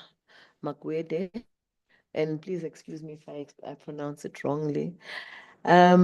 What struck me the most was the issue of women who have been incarcerated and the reality that women have to be in prisons that were meant for men. That in itself, is inhumane, because the needs of women are very different from the needs of men. Women have their menstrual cycles every month. I can only imagine how they deal with that. Maybe they have tried to improvise, but really human dignity has to be upheld at all times. And if we want to uphold human dignity, as Dr. Mgwende has said, we do need to take into account such issues. In the prisons themselves, we have children, and I just want to also highlight the fact that I didn't hear that coming out clearly from Dr. Magweda's presentation. We have children who are born in prison, and those children have to have a right to education. I know that most of the countries do have a similar situation as us in Eswatini. We in our correctional facilities, especially where the women have the facility for the women, we have a school that was established. And you know what is quite interesting there is that that school outsmarts all the schools. It's the best in our country. So you can see that if we deprive children of the right to education just because their parents are incarcerated, we are doing injustice and disservice to our societies. So yeah, we do need to rethink and really think long and hard about how we are going to put in place these legislations that are going to support prison oversight. Because these issues are issues that are, they are a reality. The other thing that I wanted to touch on as well, as someone who's also passionate about issues of women and children, is the issue of antenatal care and the issue of breastfeeding of women when they are in prison. In terms of human development, as rightly stated again by our learned doctor, the development of a child starts when they are in the womb. So if the women in prisons are not given access to I think it's colic acid, they are at risk of giving birth to children who have I won't say deformities, but things like some of the diseases that are there now that are psychological in nature are caused by a deficiency of some of these very important pieces of medication for the children to develop in the right way. And we have children right now who have autism, and most of them are a result, of deficiencies that their mothers had during their pregnancies. So really, this is very important, and I think it is long overdue for us to address issues of prison oversight in terms of legislation. And I do support the work that's being done by the SADC PF. It is very timely and very important. I thank you, Chair. Thank you very much, Honorable Member, for reiterating the importance of, creating conducive environment in prisons for women, and rightfully so, for the very same reasons that you have put, of understanding that the needs of women definitely are not the same, and with men, and not making an effort to ensure that the environment is conducive, not because it's special treatment. Some of these are rights. Women have rights to hygiene. They have rights to other, conditions that perhaps may not necessarily be issues for the male counterparts. So it's important that as we are looking at this and formulating the model law, we are very, very deliberate about, highlighting these specific issues that we need to have them addressed.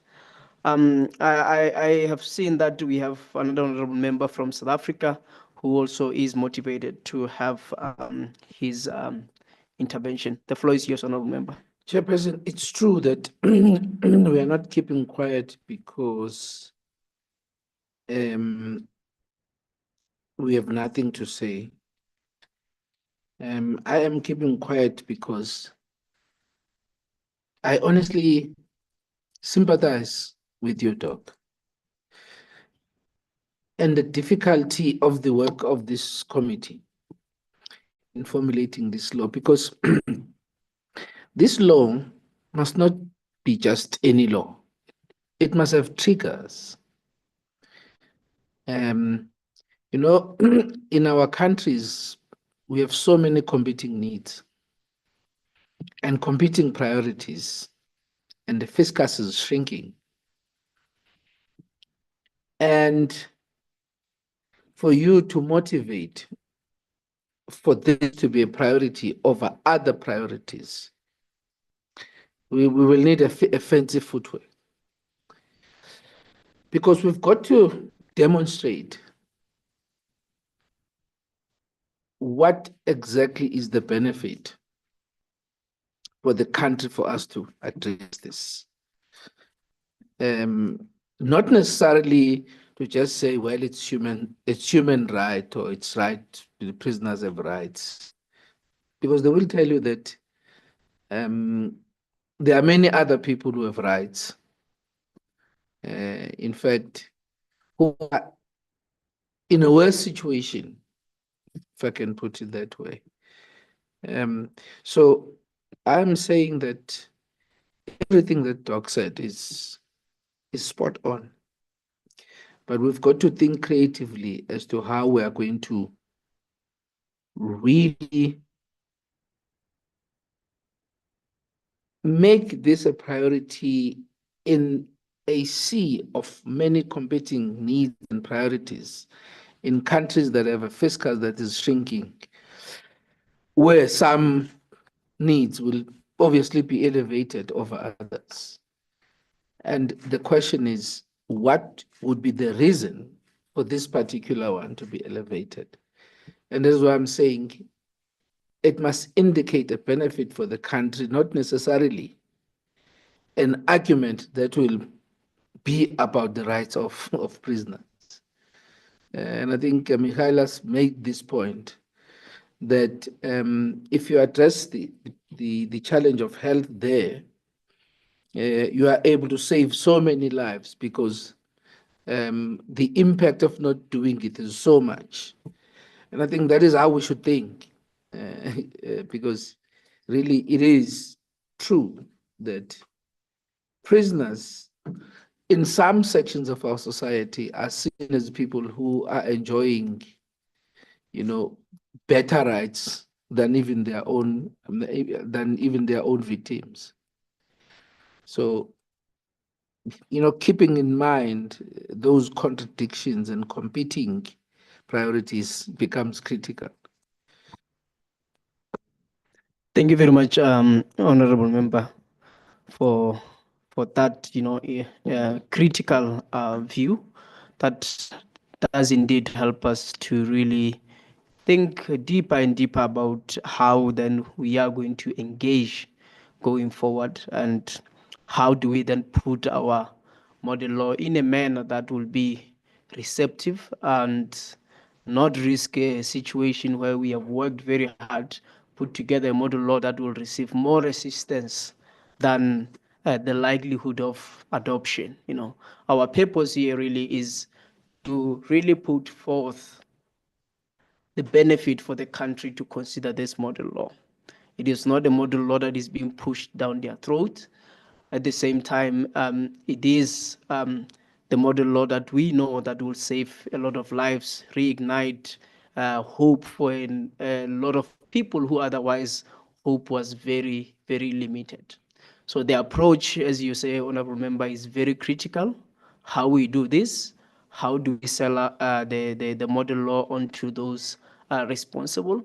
And I believe that our resource persons are aware of this, and they will be helping us and guiding us accordingly to be able to come up with a model law that's more comprehensive and that has addressed all these challenges from our end, and those that will be trying to engage to have this model law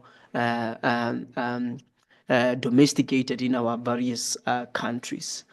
Honorable members, if I see well, we are 4 minutes to 1 p.m., which is the time we agreed to have our lunch. And looking at our agenda, we have a video that was to be played, and I believe that's still related to Dr. Gwendy's presentation, it's quite different. Okay. In that case, could we use these 4 minutes just to have him perhaps respond to the two deliberations that have been made, such that when we come back from lunch, then we move on to the next agenda item, which will be the video of the prison visit in Malawi, and then we also will have an opportunity to deliberate over it. So, Honorable from Malawi just had an idea. Yes. Chair, sorry for interruption. Senhor but, Presidente, estou a pedir a palavra já há algum tempo. concluding this one, I just wanted to put it to share it with you, the issue of the same issue in prison as our resource persons must include it in the model role as what is it that we can do in regards the issue of women and men that are being sodomized in our prisons.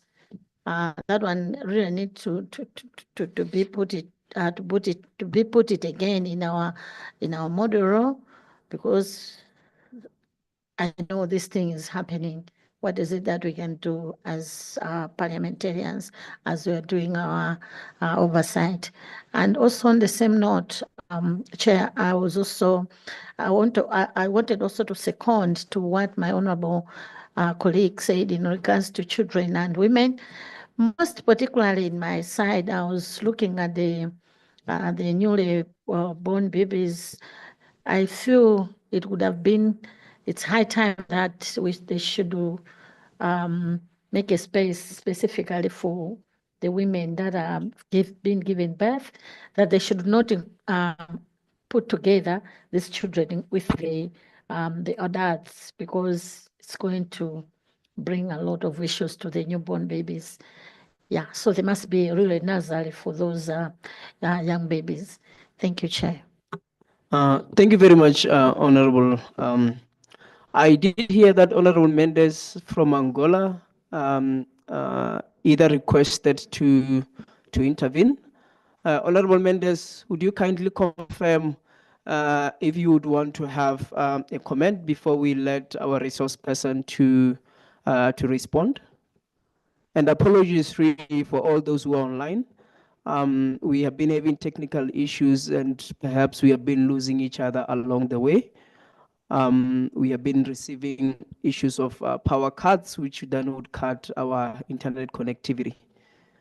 Honorable Mendes, do you have any intervention to make?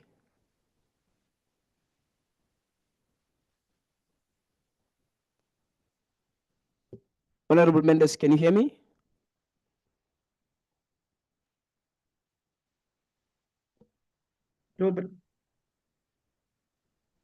Muito obrigada, senhor Presidente. Está-me a ouvir? There she is. Thank you. Continue, Honorable Mendes. Gostaria de saber se me está a ouvir, senhor Presidente. Yes, I wanted to check if you do have an intervention to make before we Muito let obrigada, senhor our Presidente. person Estou to a ser conclude. ouvida.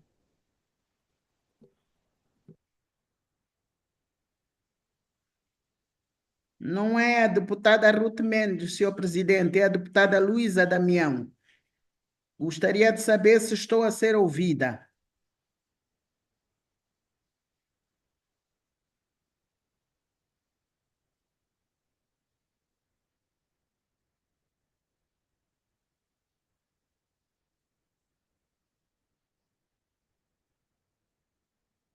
Senhor Presidente, estou a ser ouvida.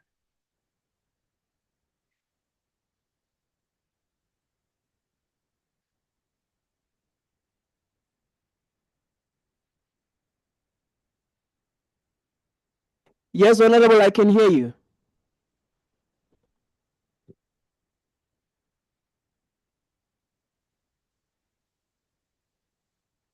Senhor Presidente, boa tarde. Honoráveis deputados, gostaria de saber se me ouvem.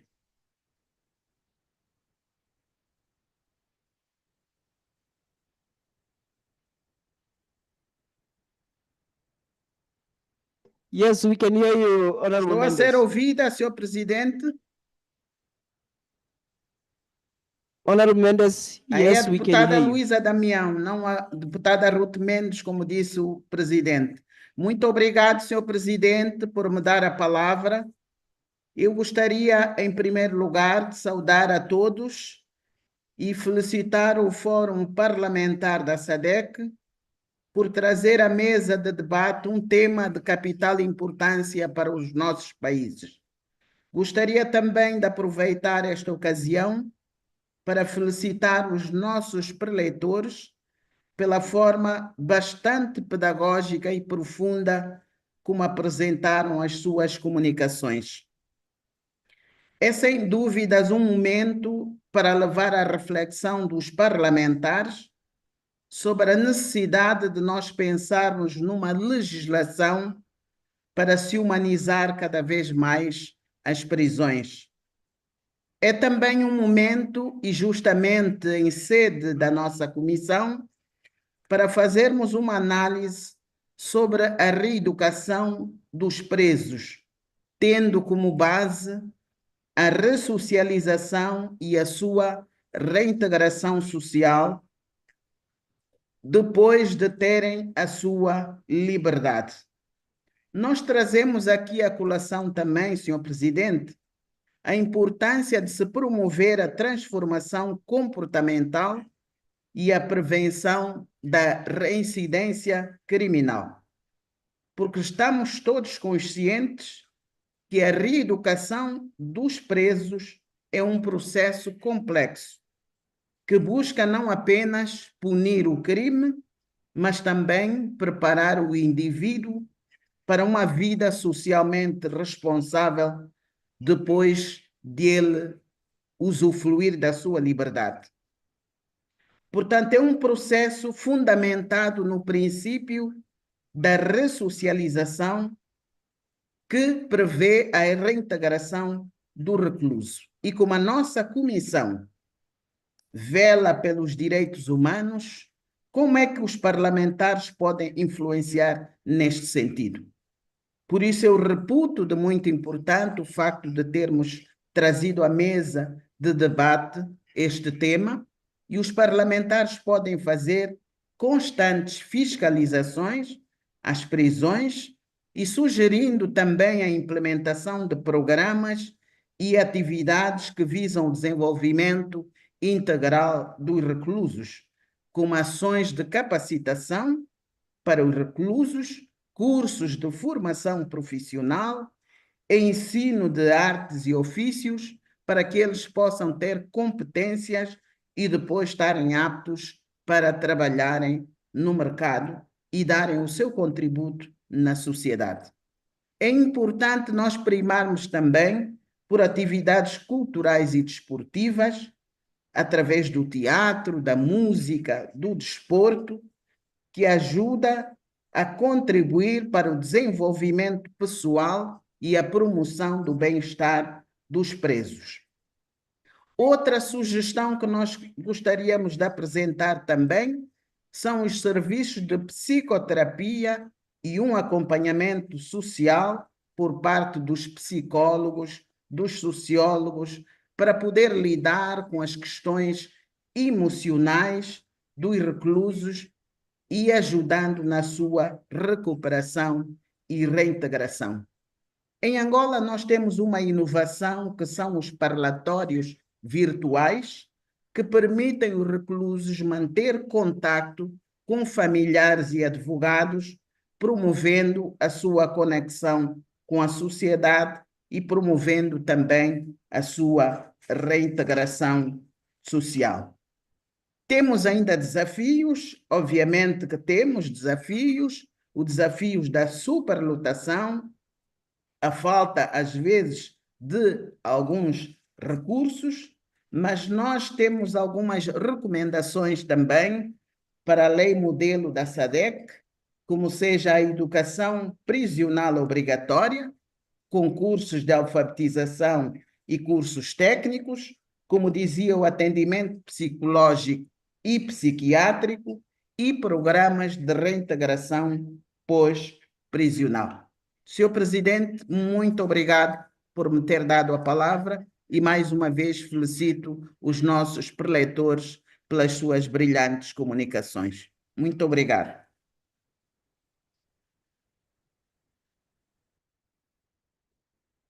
Thank you very much, Honorable Luisa, and apologies for confusing your name with Honorable Mendes. I do realize that you're the one who had taken the floor. And thank you so much for your contribution. At this juncture, honorable members, I will call upon our resource person, Dr.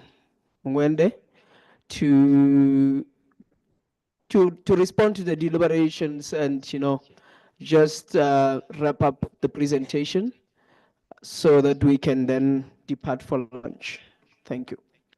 Thank you very much, Mr. Chairman, and thank you very much, our honorable members, for their contributions.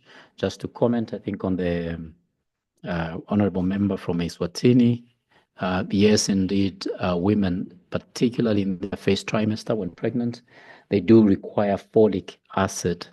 And this is an essential ingredient to prevent a neuronal problem with the nervous system.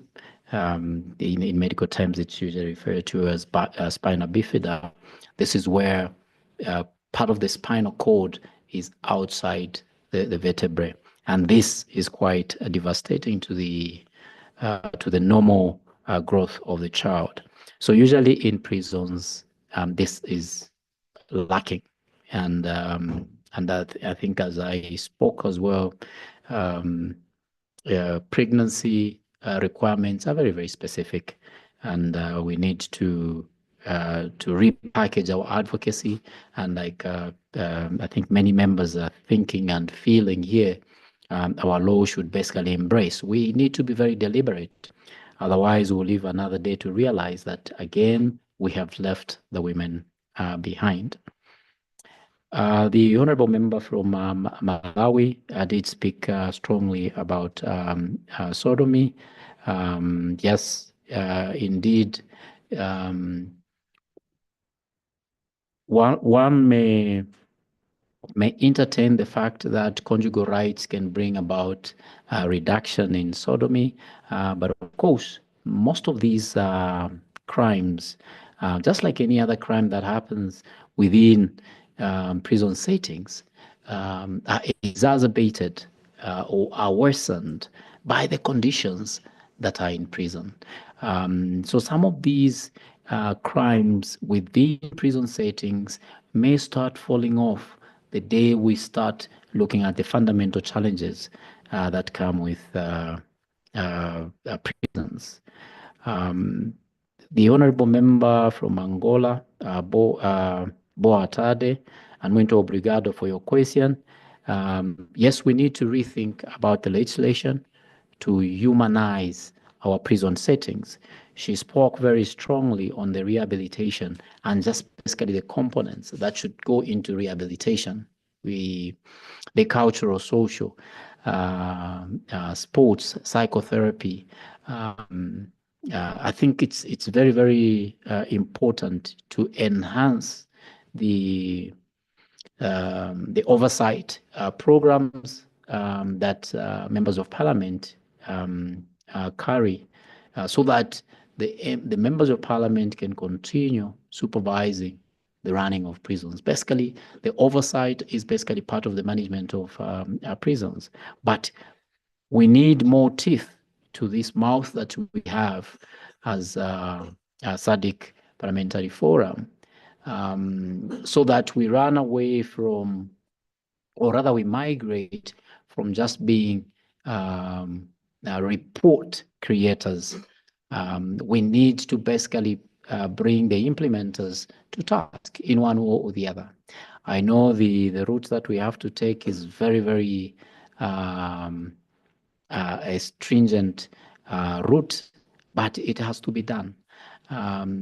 Otherwise, we'll live another day to sit here and talk about the same things over and over. And like we have said, and the chairperson agrees with me, prisons are cross-cutting. You don't need to be a criminal to be there for life.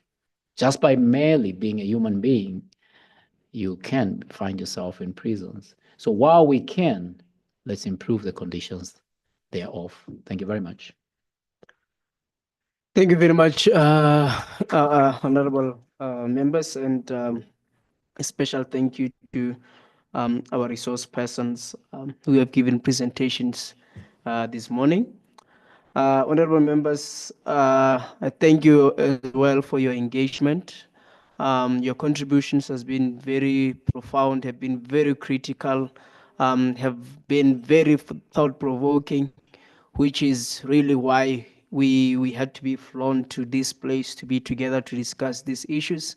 And I hope that we continue to work with this level of commitment. At this point in time, honorable members, I would like, with your indulgence, to break for lunch. Time on my clock is nearly 50 minutes past 1. I would request that we reconvene here again at 15 minutes past 2.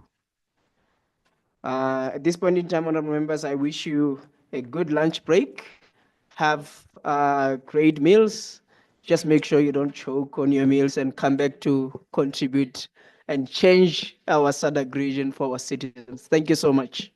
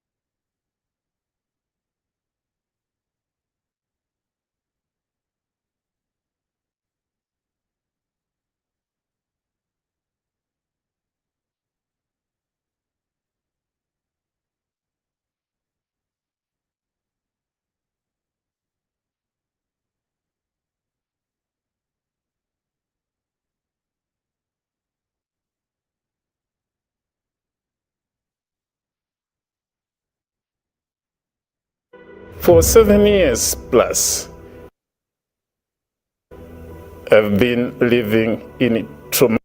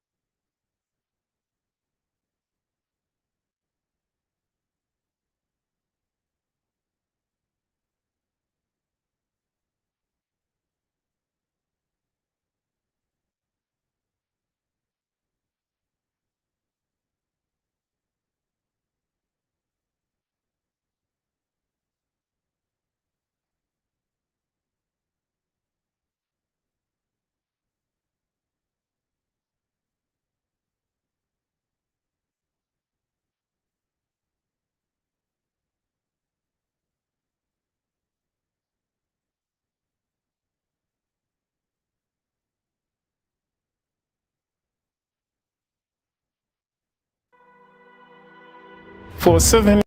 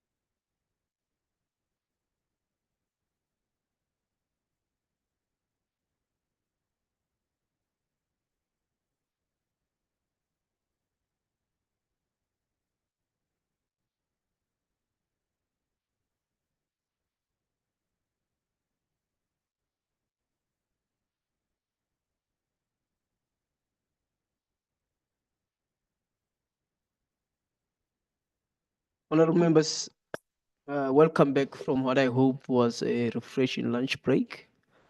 At this point in time, we will head into our third and fourth session of our meeting, in which now we'll receive a video presentation from our resource person on the prison visit in Malawi, as well as sharing with us an online questionnaire to conduct a prison visit.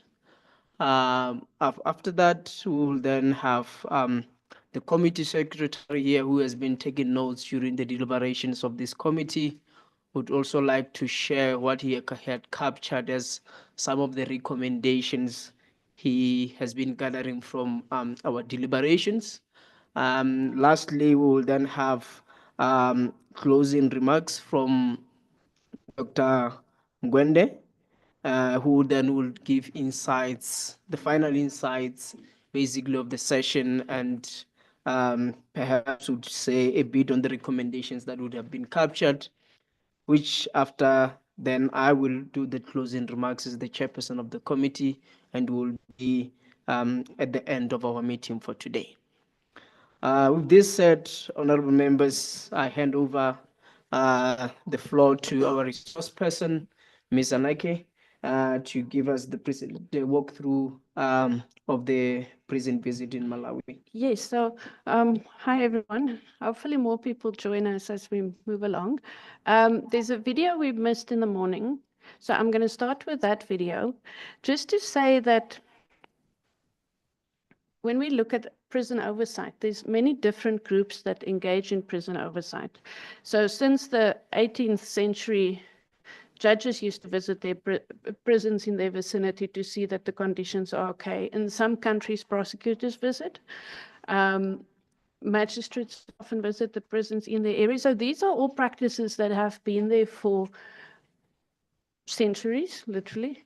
But they've sort of along the line become eroded. So you used to have, and because of the conditions in detention always having been so bad, people realized that you need judicial oversight over prisons, and the judges used to visit, and that practice in some countries have sort of died out a bit. National human rights institutions, whether it's your Ombudsman or your Human Rights Commission, they legislatively are empowered to visit prisons, and it's one of their duties actually to make sure that places of detention are visited. They would normally say they don't have the resources to do so. Judges will say they don't have the time, or they didn't know they should do it.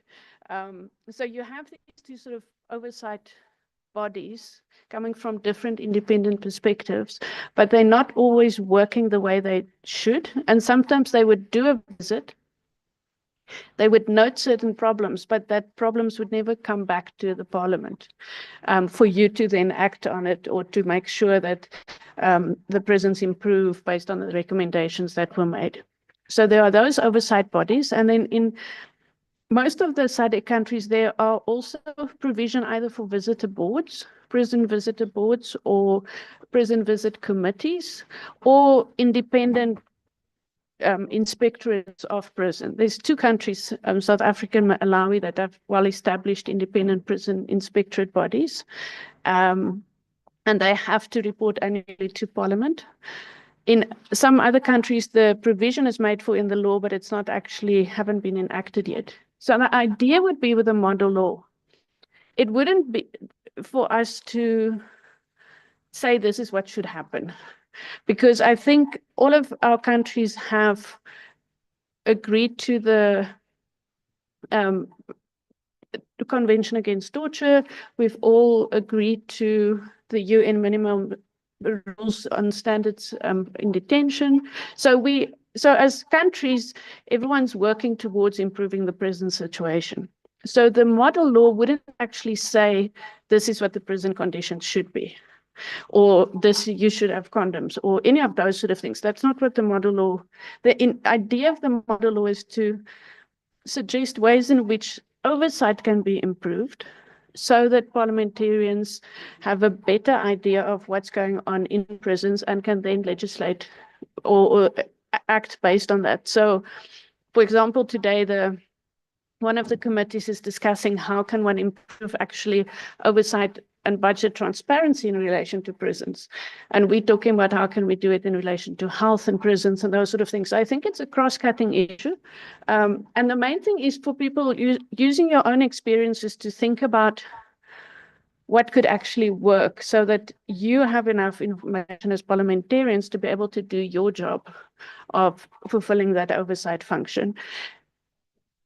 And sometimes it can be very small things. So I'm going to show you two videos, but the first video is actually a video we took at the previous meeting we had for judges on how they think on how they anticipate their role should be. And the biggest problem with judges is that where they do feel that they have to visit prisons, it's not in their performance indicators, so they're not necessarily monitored on whether or not they visited the prison or didn't. But it is a bit strange that you can send someone to 10 years in prison without knowing the conditions you're sending them to. And I think it's a very critical thing that judges need, that sort of their independent oversight body. So you're going to hear a bit about judges and what I think. I think what they think about judicial oversight. And then it would be important to actually think about, okay, if judges are doing oversight from their perspective and everyone's doing oversight from different perspectives, how can we make sure that the reports that the judges do end up in front of Parliament? Because most of the times the judges would go to prison, they will write in the visitor's book, I think the conditions were bad. And then you would hope that the head of that facility reports to the minister or the department, who then reports to Parliament about the conditions in that thing. But through the process, it gets filtered out a lot of the information, and members of Parliament then don't always have the information you need to be able to do what you need to do. So that's really like starting to think through the very technical aspects about how do we make prison oversight more efficient. So I'm going to show you two videos, but we'll start with this one. Years plus, I've been living in a traumatic situation. If people understand the type of Why is it not sharing? Sorry, people. I can see it on my screen perfectly well. You want to check here?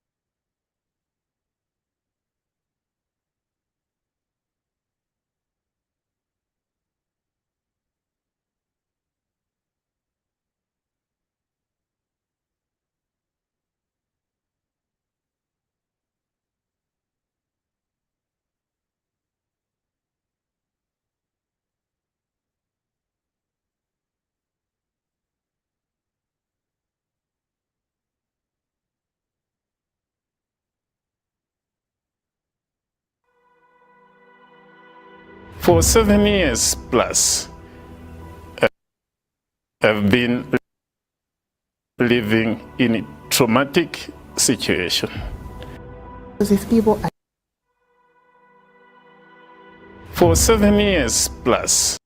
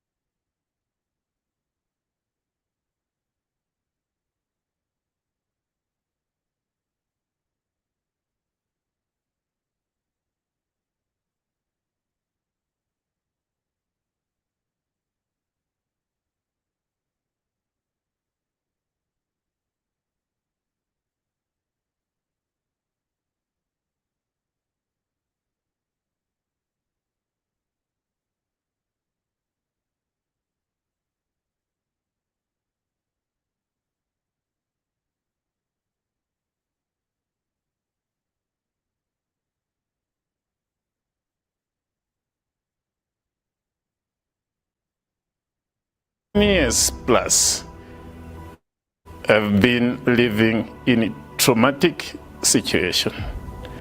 Because if people understand the type of food, the kind of situation that we're putting people in the prison, then they'll understand the need of why we need to take action. We have to have a system, with the policies, procedures that ensures we visit the prisons, because it is fundamental. The fact that we've sentenced them doesn't mean we've ended our duty towards them.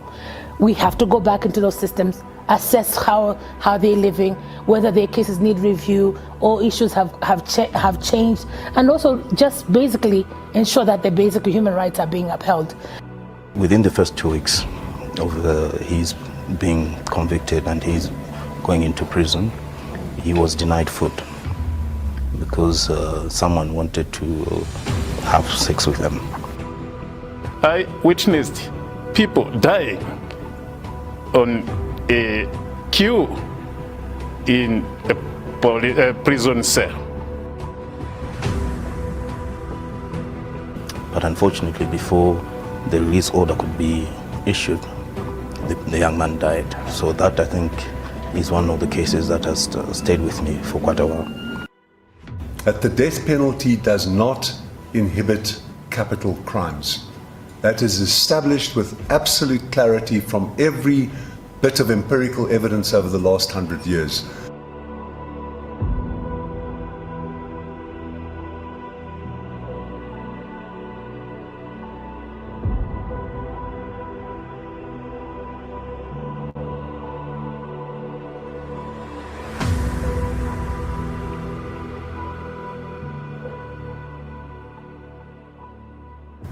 The system of mass incarceration has only existed for about the last 200 years. Before that, there was never mass incarceration in Africa. Before that, people were expelled from the village or they were sent away. They were given community-based punishments. Sometimes the death penalty was used. But the two things that we know are, firstly, that the death penalty does not inhibit capital crimes. That is established with absolute clarity from every bit of empirical evidence over the last 100 years. So if there were evidence that the death penalty saved lives, I would have a different approach. I'd say it's a terrible thing. But, you know, let us consider. But we know with absolute clarity based on empirical studies that the death penalty has no consequence.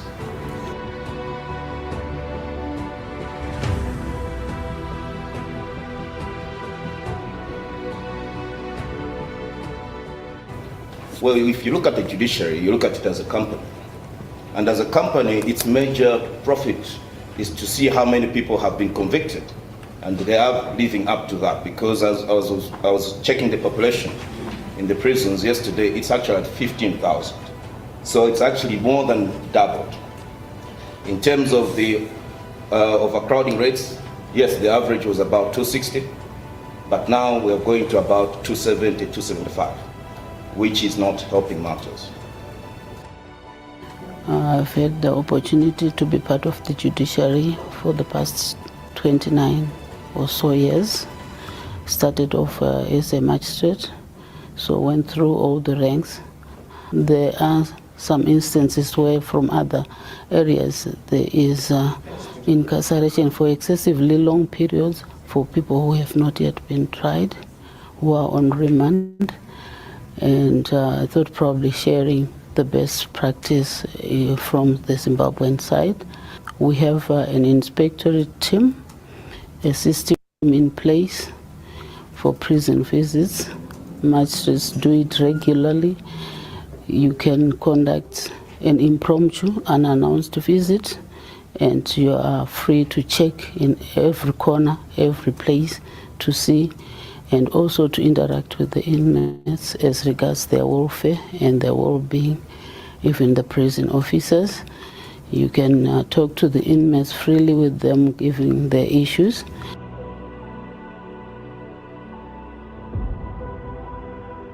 2006, I was arrested and taken into prison on charges of murder. And I stayed there for a period of 7 years and a half without trial.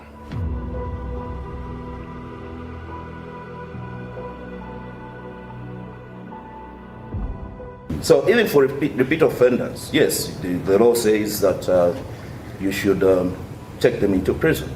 But they're repeating or they're reoffending for various other reasons, which I think we need to start interrogating at this point.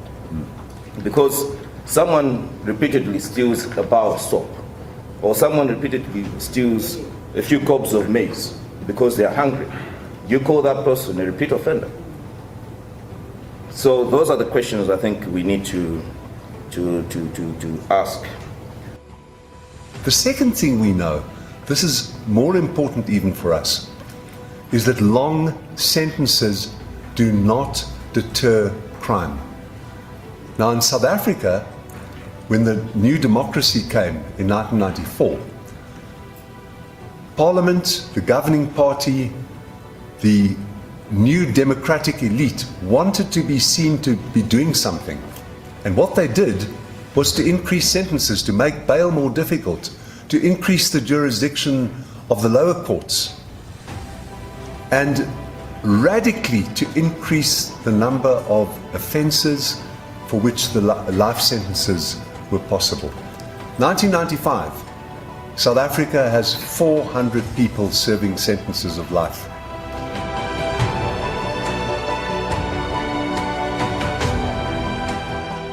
We had a decision in Malawi, which was rendered by the Constitutional Court, and which found that the conditions in prisons in Malawi were inhumane, and that their living conditions were a violation of their rights. So following that, we started making efforts as an inspectorate to ensure that the rights of the prisoners are respected.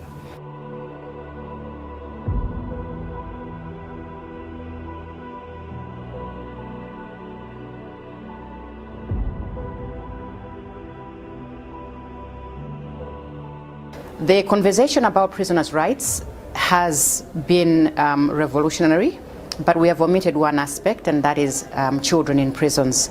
Now, these are often not talked about because children by law are not supposed to be in prison, but that doesn't mean in practice they are not there.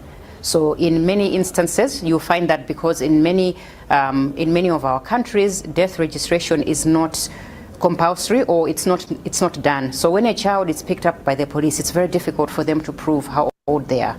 And normally police prosecutors don't want to go through the process of taking a child through a child trial, and so they'll ask the child to say they are over 18 with promises that if you say you're over 18, you'll be out in 20 minutes. But the next thing, the child finds themselves being sentenced as an adult and being sent to adult prisons. Now, we as judges don't deal in the metaphysics of evil, we deal with the practicalities of evil. But there are some people who are so violent that they have to be locked up for the rest of their natural lives. That does occur, it's rare. Having said all of that, having said why I believe in imprisonment, I think that we in Southern Africa do it wrongly, we do it excessively, and we, as I say to South African audiences, we are so busy trying not to drown that we're not learning to swim. And we can learn to swim by reordering our criminal justice system. Why do we have prison inspectorates? We are morally responsible for the population of prisons, so we must know about it.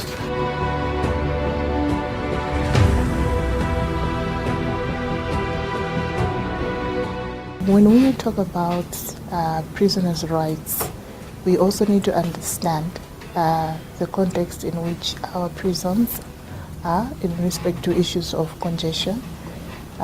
When we look at the jurisprudence that has developed around the continent, where different jurisdictions, judges have talked about how our prisons are bad and congested, and in particular I'll speak about Malawi, where we have a very progressive judgment where the court actually said that the conditions in the Malawi prisons amount to torture, cruel and inhuman treatment.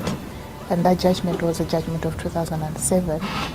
But now when you look back, you find that the prisons are as bad as when the court gave the judgment, and even worse than they were then. And the big question is, what are we doing to ensure that we decongest our prisons? If we understand prisons in the context that what happens in prison affects us all, because if we have congested prisons, we are creating a situation where various diseases, including TB, incubate in the prisons, and they are widespread in the prisons. And the people that are in the prisons, they eventually come out, they join us in the communities, and the diseases that they take in the prison, you find that they're also transmitting in our communities. In life, I conclude to say prisons conditions, mainly in our country, is more or less to say the death trap. The death trap in what way? Life in prison is miserable.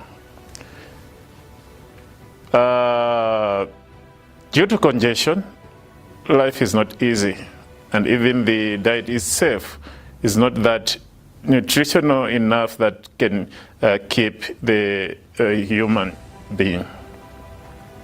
The sanitary part of it also contributes early deaths in such a way that there is no environment which can accommodate somebody who is suffering chronically ill diseases.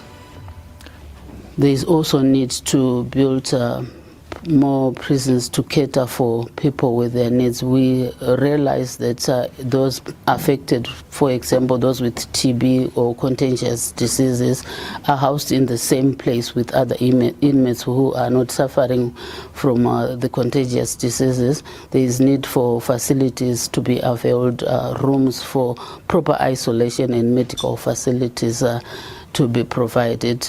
Efforts are being made, but more can be done to ensure that there is no violation of those inmates' rights.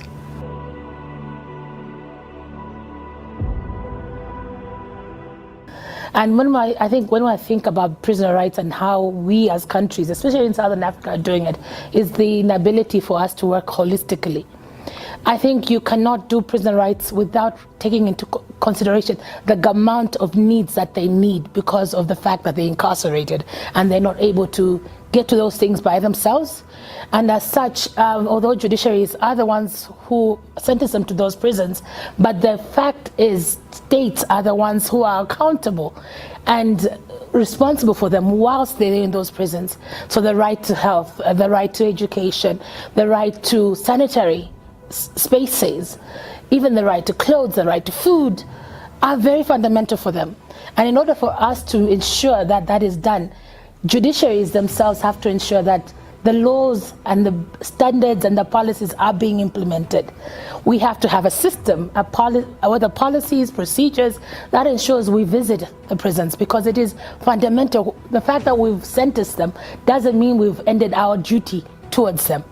We have to go back into those systems, assess how they're living, whether their cases need review or issues have changed, and also just basically ensure that the basic human rights are being upheld. I once found 3 boys in a prison in northern Malawi who had been there for over 9 months. These were students in Form 4, where they write their school leaving exams. They had missed their exams. They were in very congested and terrible conditions. And, you know, I had to constitute as a court right there and then to grant them bail and to order to give them unconditional release.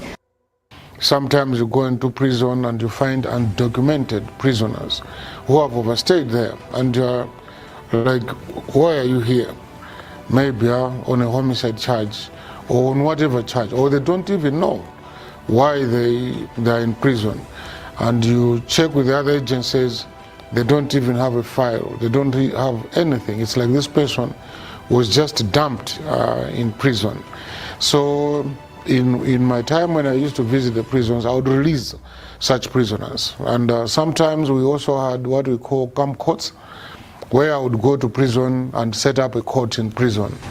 You'd have the state attorneys, you'd have the legal aid, you have the NGOs, several stakeholders would be there, and you deal with prisoner by prisoner, and then when, depending on what you find out from, you either release on bail or you discharge that prisoner. I mean, you have a prisoner who have stayed maybe over 5 years in prison, undocumented, and is appearing before you. Yes, the legal aid is saying we apply for bail, but in that case, to me, bail will not serve a purpose because this person is undocumented. There's no case record.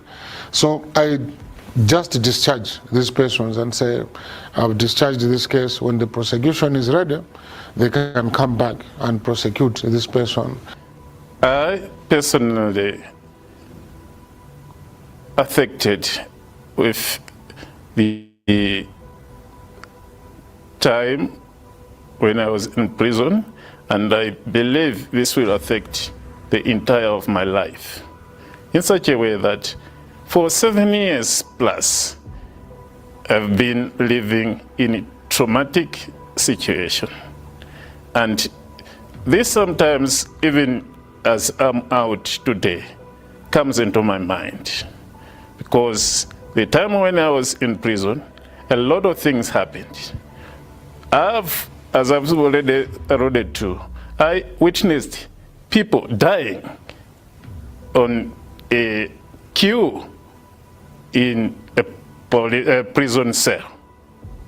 I witnessed people dying in a queue as we were trying to fight for food. I witnessed a number of situations which always come into my mind and left me with trauma. And to the nation, the situation in prison is not that good for a human being. And it is to my pleasure to the lawmaker and to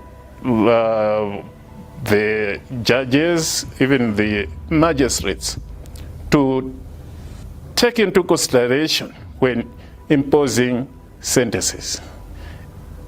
Even the state itself, when arresting, they should make thorough investigations, not just taking somebody behind bars on mere speculations or assumptions.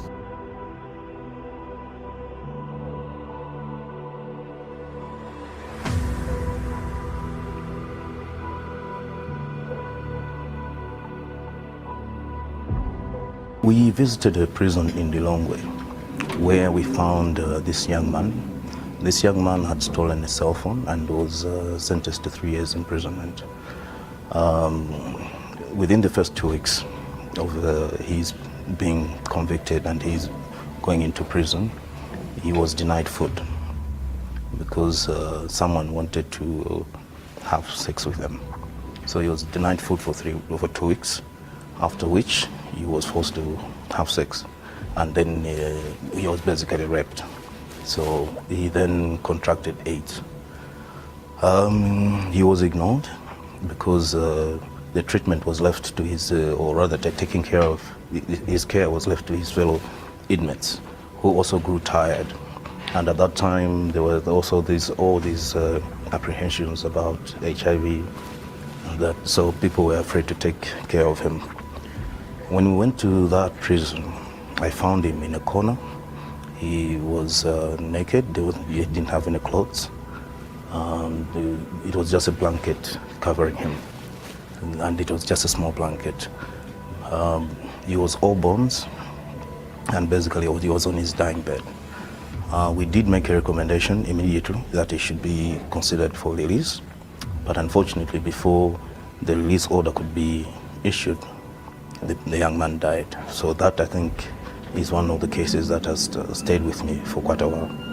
This is also besides now the conditions that the inmates in Malawi sleep in, because literally they have got only a space of 30 centimeters to sleep. So when they lie down, they don't have an opportunity to turn.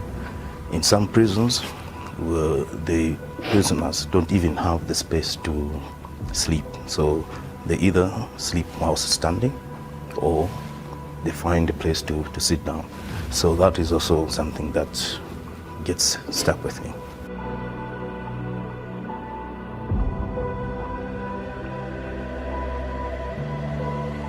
There are a lot of stakeholders in the criminal justice system, and each one of us must play their role. Because you go to the prisons, I mean, the courts can do what they can, but there's still some stakeholder somewhere who needs to also play their part. I think it's a misdirected question to ask us as judges, what are we doing?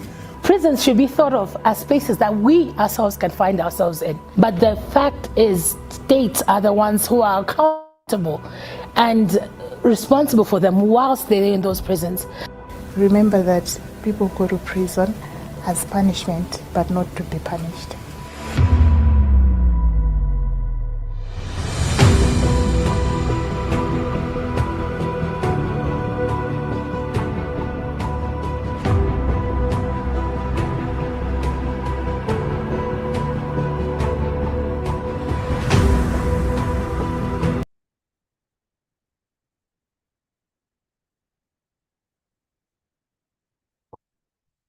Should I move on to the next video? Or do you want people to comment or say anything? How long is the next video? 6 minutes. 6 minutes. Yes.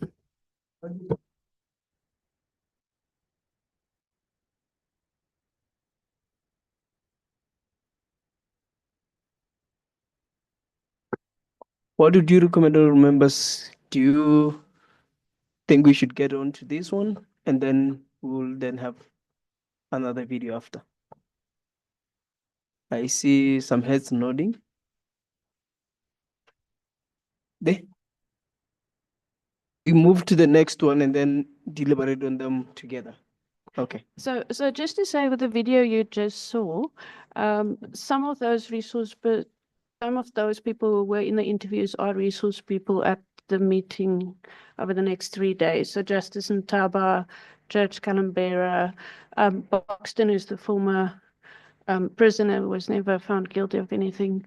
Chikondi Chijozi from the Human Rights Commission in Malawi, Victor Muhangu. So there's a number of people, I think, who are at the meeting here who, if you wanted to follow up and actually get more insight, feel free to just corner them when you see them.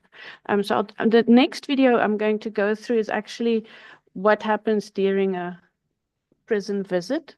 And this is more in case you haven't yourself been to a prison and wanted to just see what sort of some of the things are that people would ask when they do that oversight. And then I'll just go quickly into some of those questions. So, yeah.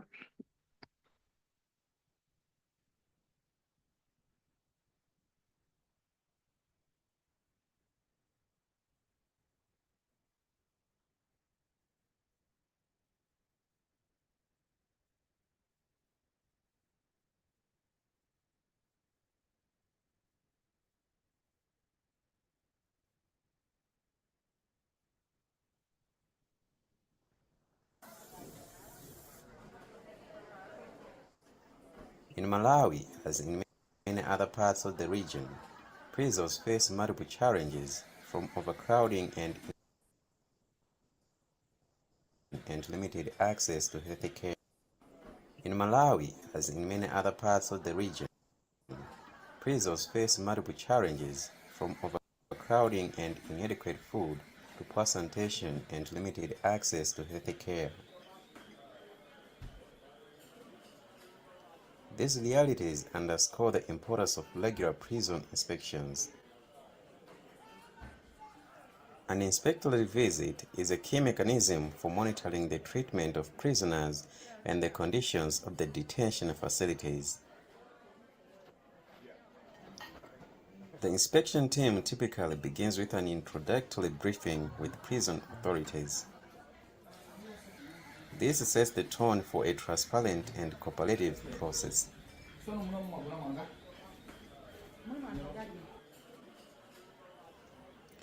Inspectors then proceed to assess different sections of the prison.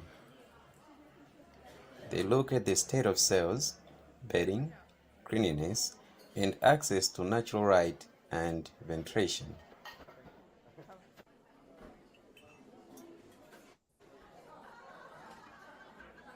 Food is a crucial area of concern. Okay.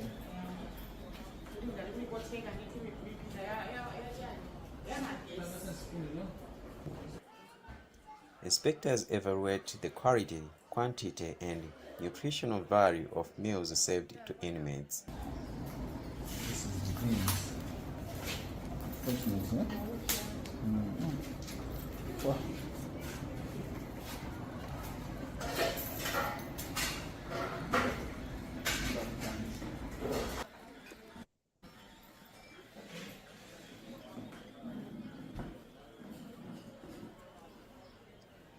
Access to health care is also reviewed.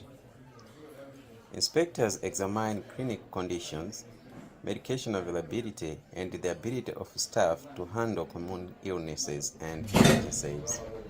You have enough stock? Yes. Now we have got stock. Where do you keep your stock? Give me here. So this is where you keep? Yes. You don't have a refrigerator? We don't have a refrigerator, but I've got a cabinet. A cabinet, okay. So in case you have some drugs that requires a refrigerator, what happens? They keep it in the stores. Oh, okay. A central part of the inspection involves speaking directly with inmates, privately and without fear of reprisal.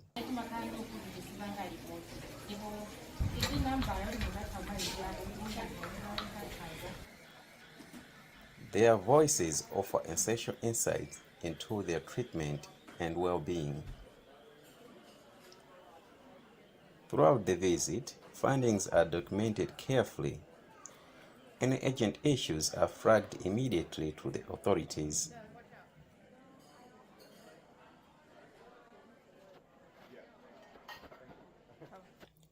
Before leaving, the team shares preliminary observations with prison leadership, encouraging accountability and highlighting areas for improvement.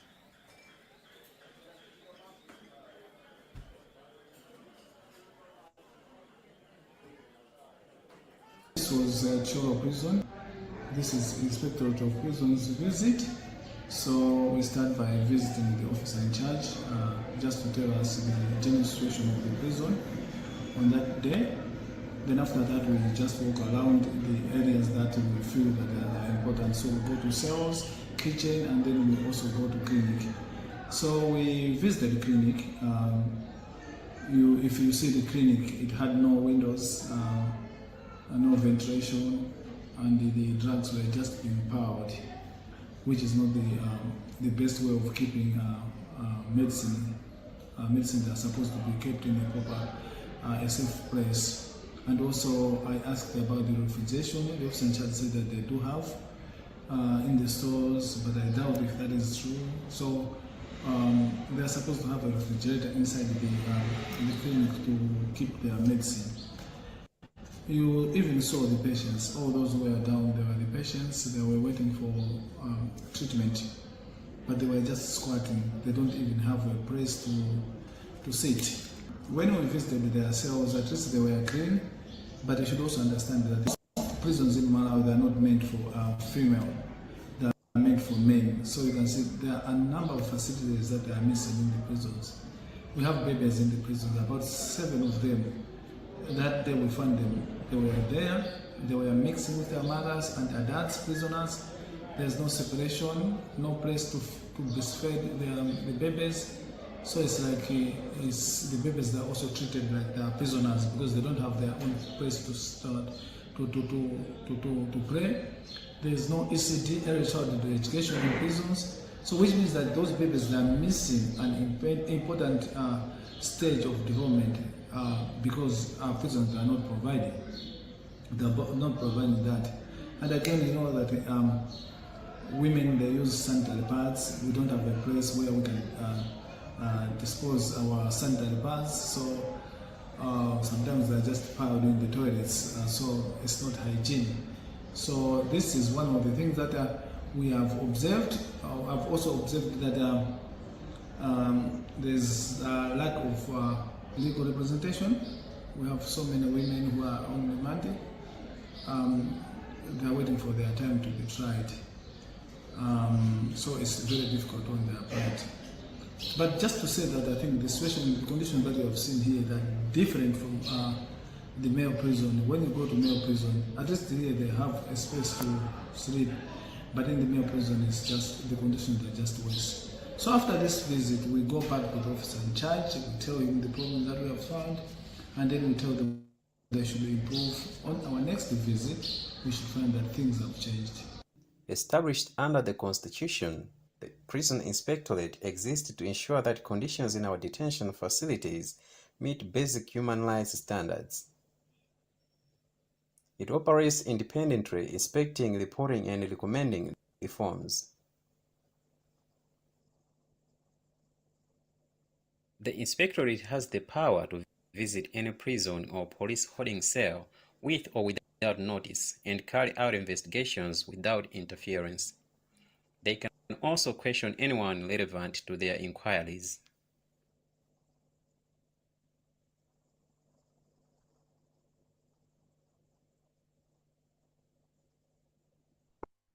So that was just a brief example of how people would conduct a prison oversight. It was specifically the prison inspectorate in Malawi. And Malawi, as they said, is the only country where the prison inspectorate is actually provided for in the constitution. In all our countries, there is provision for the National Human Rights Commission to visit places of detention in our constitution. So there isn't actually a reason why visits don't take place. And I think in most SADC countries, visits actually take place very rarely. Sometimes it might be 1 in 3 years that the Human Rights Commission would go to a place. Parliamentarians often never go because they don't have money to travel. Judges don't go unless they're really forced to go. So the idea with the model law would be really, how do we start institutionalizing these practices? So for example, in places like Malawi and Botswana and Madagascar, the law actually places the obligation on the prison visiting committees to go once a month or once every 2 months or something very clear. But most of the time it never happens, and the Human Rights Commissions also tend to say that they don't have any budget for that. And a key issue is around, if you want independent prison oversight, you need to actually provide a budget that's independent from the Department of Correctional Services. So there's those budget issues that come up as well in terms of the inspecting body. They're not feeling comfortable enough to say what they really saw when they go to report to Parliament, because their budget relies on the facility they're reporting against. So there's lots of issues coming up. I don't know if you had access to the SADC PF portal where all the documents are. You would have, right? And on those documents, there are specifically a questionnaire for assessing places of detention. Now, this questionnaire is also online. I don't know if you've tried QR codes, but if you haven't, you basically go to the camera on your phone, and then you just hold it there until it shows you a link. Ignore those ones, just the middle one. That link is to an online form.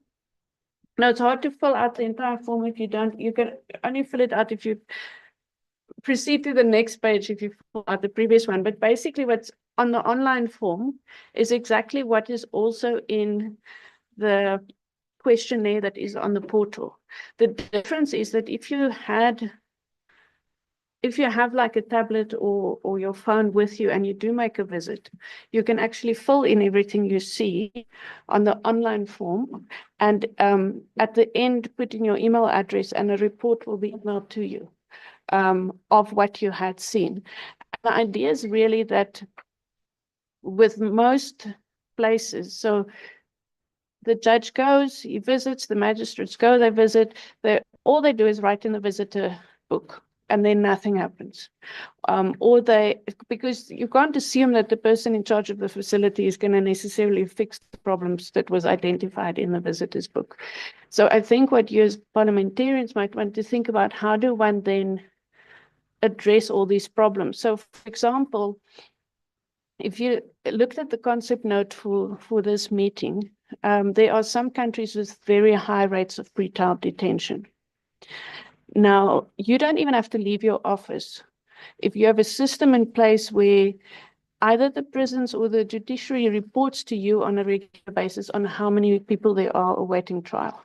That way you can look at the trends and then try and figure out where the problems are, and think, okay, if there's so many, say 60% of the prison population is in pretrial detention, then your problem is not the prisoner, but it's overcrowded and everyone's there in a bad condition. But your real problem is something wrong with the judiciary, or with the criminal justice system, or something, or with the fact that people just put people on bail that they cannot afford. So when one to like figure out all these things, but the main aim for the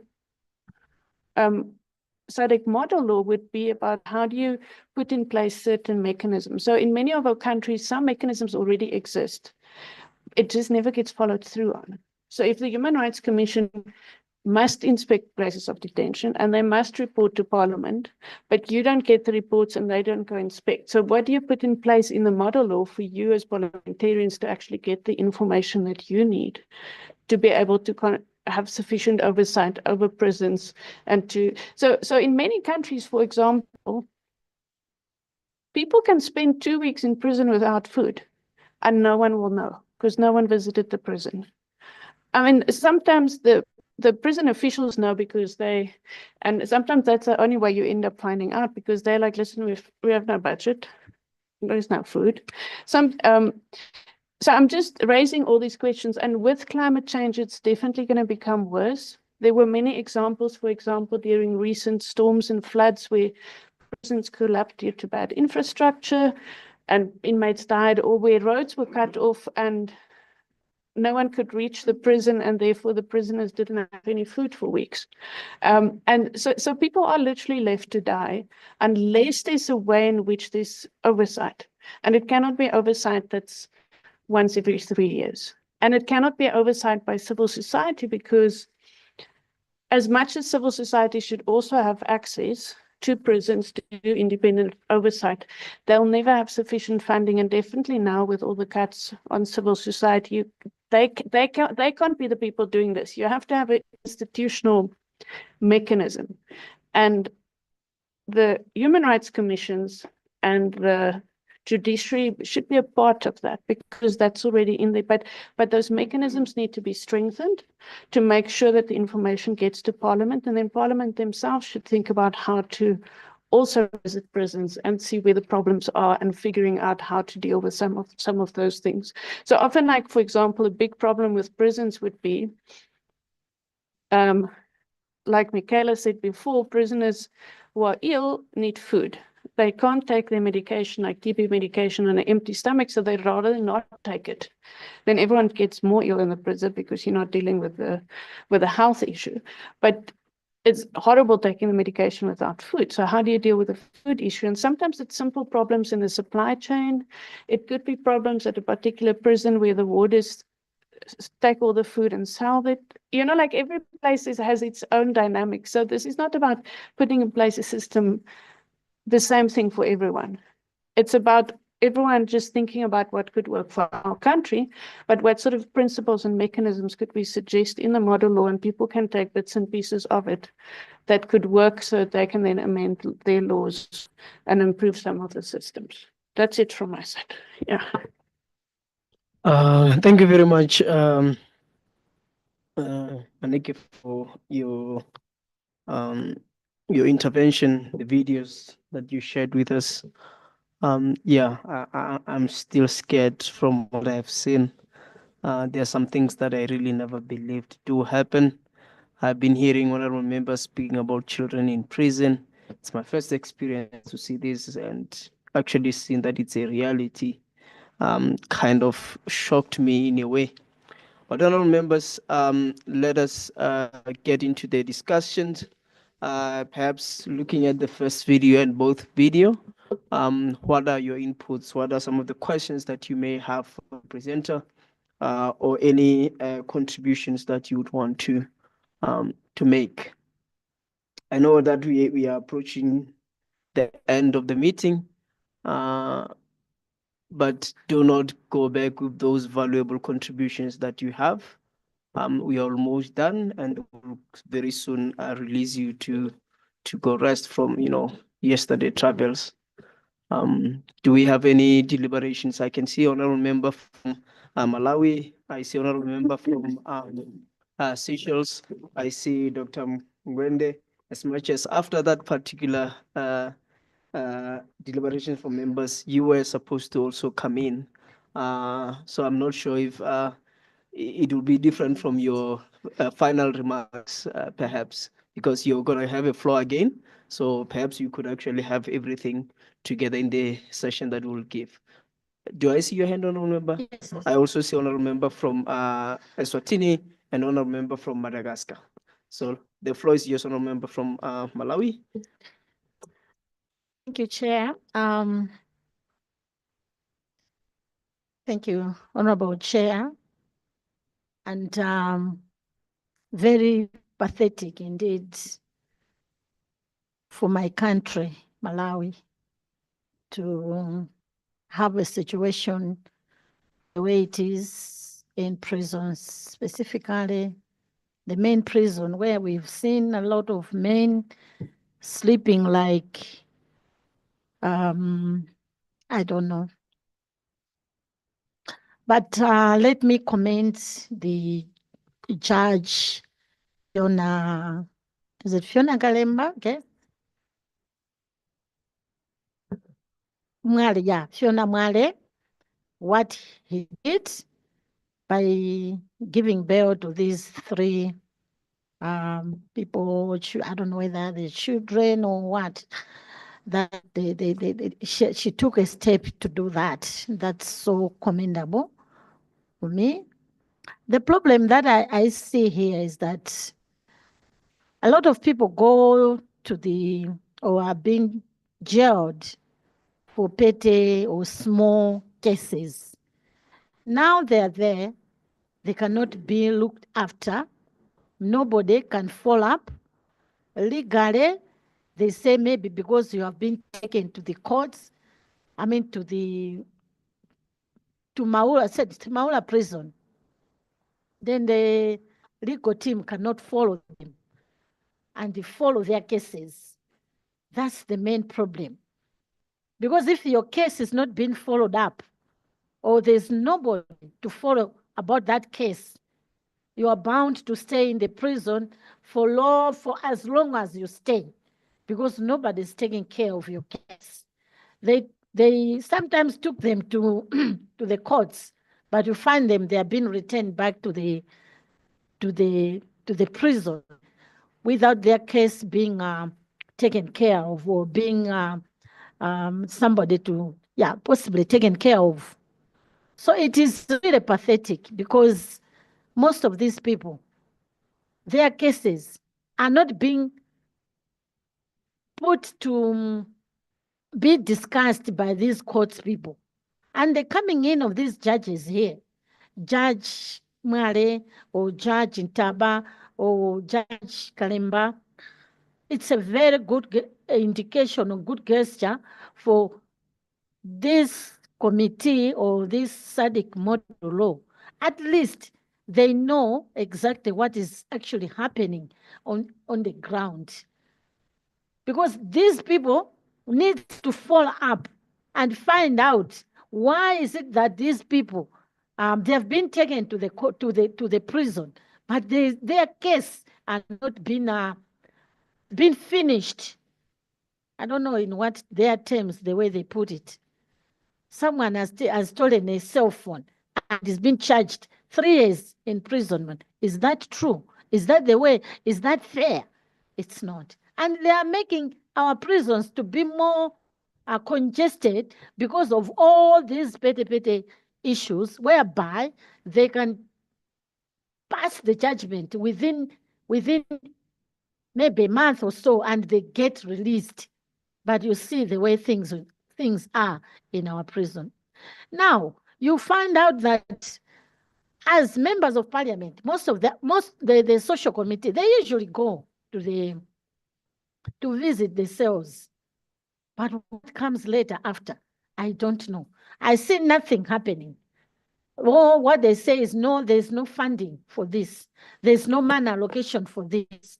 Now, what is it that we can do to make sure that we put something tangible and make sure that things move and we release these people and make our prisons, at least decongest them and make sure that our prisons are free? It happened that one time I visited Kashere prison in Lilongwe, women caucus in Malawi. The way the prison were for women, it was a little bit better than what I've seen here. For women, it was better. The only problem that I found is the one that my colleague here and myself were discussing about the issues of the children, and what they were saying, that issues of where they keep their drugs and issues of sanitation of the place. That's what I discovered. But they refused us even to carry the phones to take pictures of what we were seeing there, showing to me that there are other things that are happening in prisons that they want to hide, that they don't want us as members of parliament to know, or the people in the country to know exactly what is actually happening. This is so pathetic. Even if your brother being caught and being said, oh, you are being sent to Maula prison, you will say that, no, he is going to be murdered because the place is not conducive. So I would like to urge this committee that this is not a thing that we can just see and never do an action. We need to do something. Even this video, I wish if my president would see it. I don't know if our president, Dr. Ajagwe, knows exactly what is happening in our prison. He has to see it, and an action has to be taken. That this is inhuman, and this is what we call genocide. Because we can't keep people just like that. It's very unfair. In a country like Malawi, it is very, very unfair. I, as member of parliament, I am not for it. And I would urge this committee to make sure we move with power to make sure that we change the situations in Malawi. Thank you. Sorry. Thank you very much, Honorable Member, for you're speaking with the passion that really this matter warrants, and I hope that it has got into all of our hearts to really do something about what we are witnessing here. And the model law is going to be an instrument, perhaps, for us to know where to start and how to engage. But we realize that there is a lot that has to be done around the issues of conditions of prisons in the continent.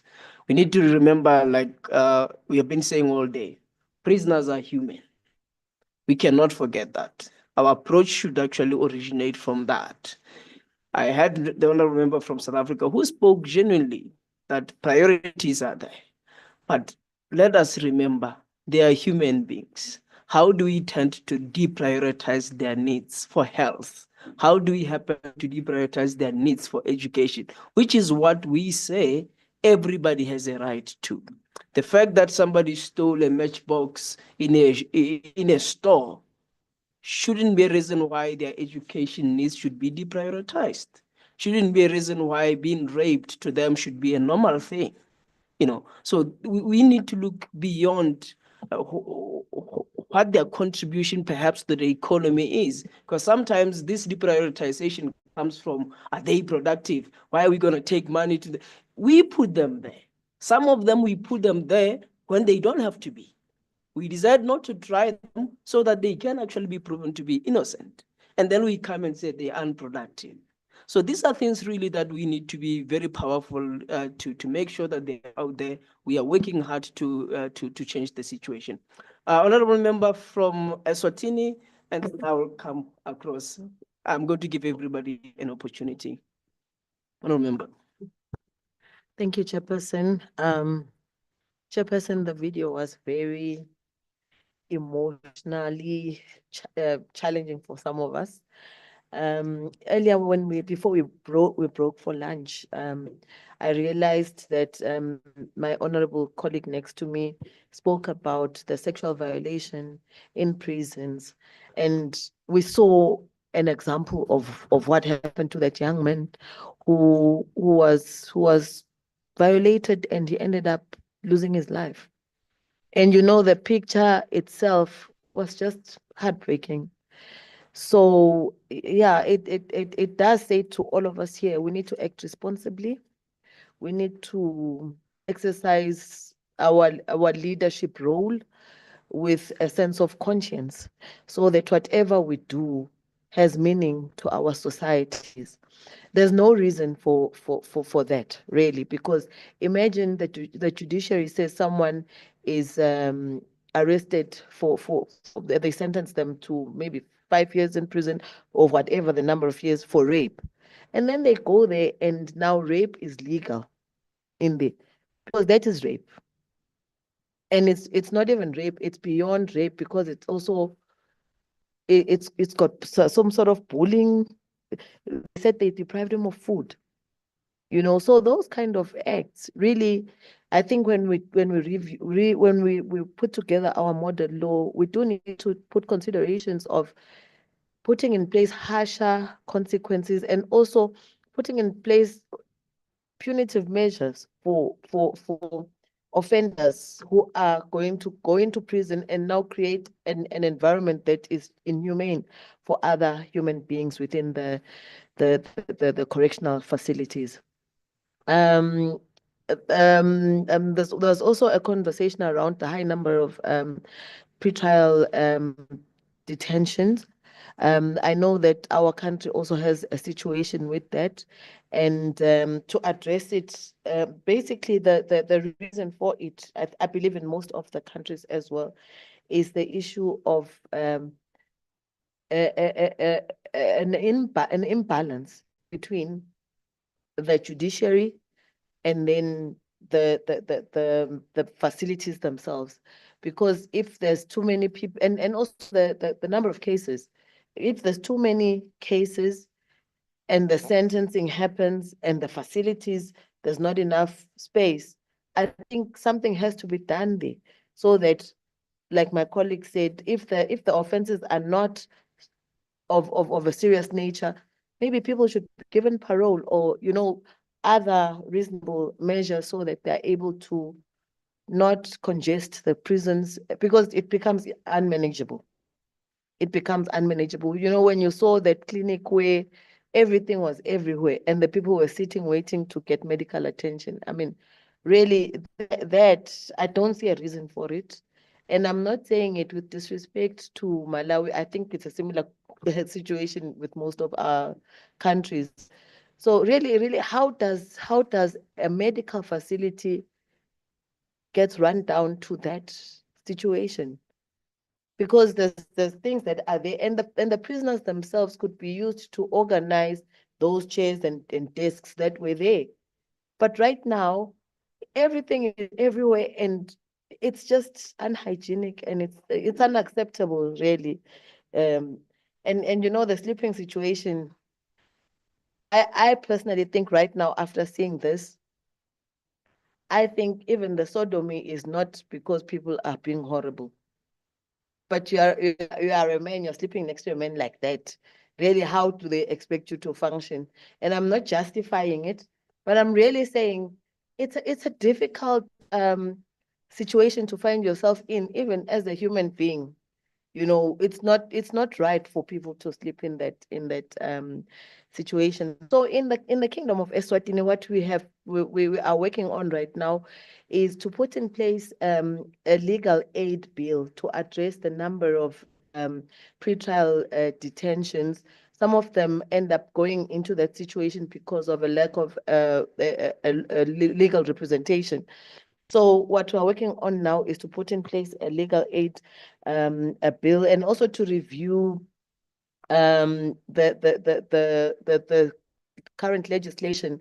We've put in place the law reform unit, which is really looking revisiting all the legislation that has to do with the issues of the prisons. We need to make sure that that legislation is aligned to all the other pieces of legislations, in particular our constitution, because within the ambit of the constitution, we have the Bill of Rights, which actually speak to most of the issues that our chairperson has quite clearly articulated. So these are some of the situations that we are in as well as a country, and we do believe that after this, it will also support some of the initiatives that we are working on in country, because within the context of SADC, then we have a bigger voice and it becomes quite easier to implement some of our aspirations. The other thing that we discussed also with the team that is here from my country is that we have been wanting to go and visit the correctional facilities also after seeing this topic. So it will be quite important for all of us to take it upon ourselves as members of parliament to really go and see the facility, so that when we recommend those reforms, they are quite accurate in terms of addressing the issues, on the ground. I thank you, Chairperson. Thank you very much, Honourable Member. I would now call upon Honourable Member from Seychelles to take the floor, and she will be followed by the Honourable Member from Madagascar. Thank you, Mr. Chair. I would like to share in regard to the Seychelles context. Seychelles prison is located in my constituency, so I have the possibility to visit quite often the prison. And recently, for the International Women's Day, we had the possibility to go to visit the female inmates, and we had sort of part of their rehabilitation program. We had someone come in, and they had the chance to talk about the different needs, mental needs, sexual needs, different types of needs. They had the opportunity to voice out maybe what they were keeping it from inside. So it was a very interactive session, and it was very emotional as well for me. Basically, in my constituency as well, we have a very good relationship with the prison. The inmates on the rehabilitation program, they come to the district, they come to my constituency, and we do different kind of activities. We've had sports activities, we've had cleaning up activities whereby the constituents join in with them, and we do this kind of interactive. It's part of their rehabilitation program, so that they can, when they go out, they can reintegrate themselves easily. Despite that, when it comes to the comments made by the presenter, I would agree that an oversight committee is very much needed. We don't have that in place in Seychelles, and I believe that such a committee helps promote transparency and accountability, and it also helps to prevent and to respond effectively to human rights violations. So I think this is something that the Seychelles need to come up with. And in terms of legal framework, I gladly welcome the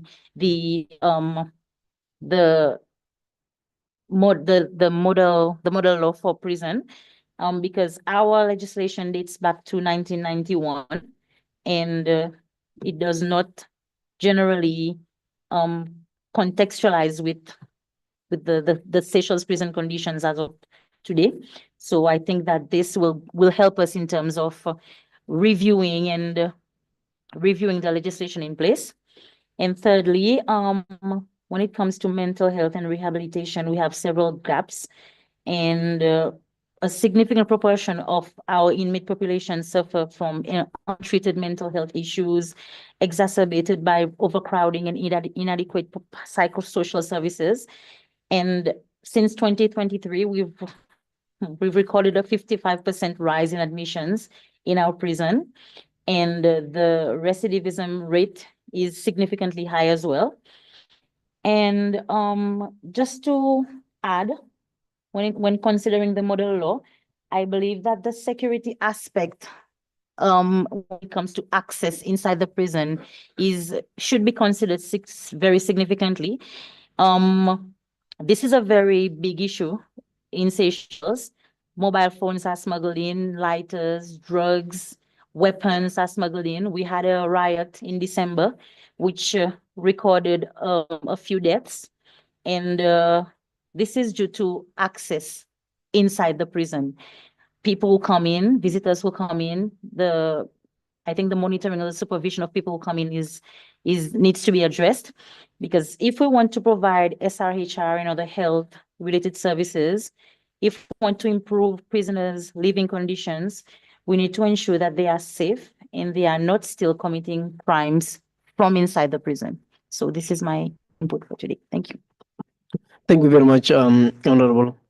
Yeah, you did say a quite important last words that you mentioned, making sure that prisoners do not commit crimes from inside. And there is this particular one that we are just normalizing, and I can't understand. So I want to keep mentioning this to say we cannot normalize inmates being raped.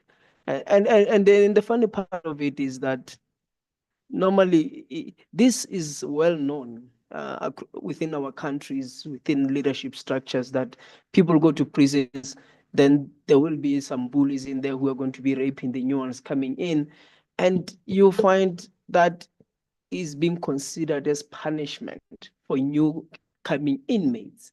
But this is literally a victim similar to the victim that brought in this bully into the prison. So what are we saying about this thing? So it's quite important really to reiterate this as much as we can. Honorable member from Madagascar, the floor is yours.